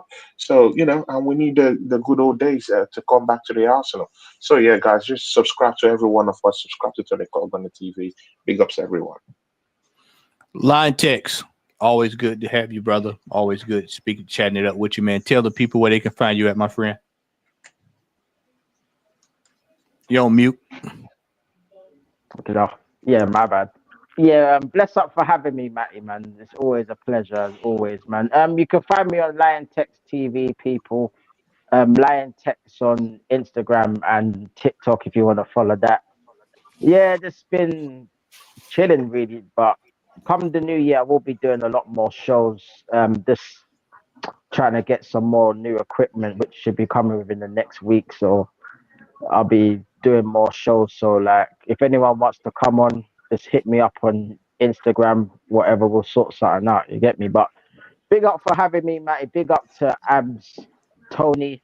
It's been a while, but big up to yourself, Tony, man. I see you're doing bits recently, so big up yourself, my brother. And Normski, you know the thing already. Big up yourself, my bro. And bless up to the chat and bless up, man. It's been a good show, man. And Arteta, get out, you prick. That's all I gotta say. Normski, always good to chat it up, brother. Yeah, let me just say massive thank you to you, Matt. Appreciate you for again inviting me on the show and just to meet you guys, all speaking the same language. And I think it's important that we have a voice, very much important that we have a voice. And the chat has just been elite. The chat has just absolutely been elite. Without you guys supporting us, where would we be? And just a big thanks to Abs. Yeah, I've subbed to you. I'm going to be subbing to Lion Text. I'm going to be subbing to you, Tony, so don't worry about that. And we'll just exchange details over the Insta. I'll just find me on that. We can link up because I think it's important that we have a voice because, we want to just, as a fan base, we just want to see Arsenal back at its best. And you have to speak truth and you have to speak facts. Sometimes you've got people that will put their heads in the sand. As men, there's a thing like when it comes to if a man is not feeling too well or whatever, rather than go and see the doctor and treat the issue, we stick our heads in the sand hoping it will go away. So I'm just saying, people, we cannot let this slip. We have to keep going, regardless. We're gonna have opposition. That's what it's all about. But listen, I just appreciate coming on and just, you know, having the same, you know, voice as you guys, you know what I mean? Really appreciate it. You can find me, as I said, Normski TV. I do a show every Wednesday. I'm just on a bit of a holiday, so I'm back on the 8th, Wednesday the 8th, where I do a live stream with a couple of friends from the top 6 side of it. And also now I've just started doing some reaction videos after our game. So the first one I did last night after the Ipswich game. So you'll find me on Normski TV. You also find me on Insta and also on TikTok. And my son is doing that for me. So every now and again, when I have a little bit of a rant or a little bit, he uploads it onto TikTok. So check out my TikTok as well. But yeah, really appreciate it. Thanks for having me on, Matt. Really appreciate that. Ladies and gentlemen, we're gonna redirect. We're going over to North Side to support the brother North Side. So y'all stay locked in. Head over there, support him. Let everybody know we sent y'all. Ladies and gentlemen, get ready. Get ready. The business end of the season begins this week. So, all right. With that, we are out of here. Much love. Cheers, everybody. Peace. Make sure you like, share, and subscribe to the Southern Gooner here on YouTube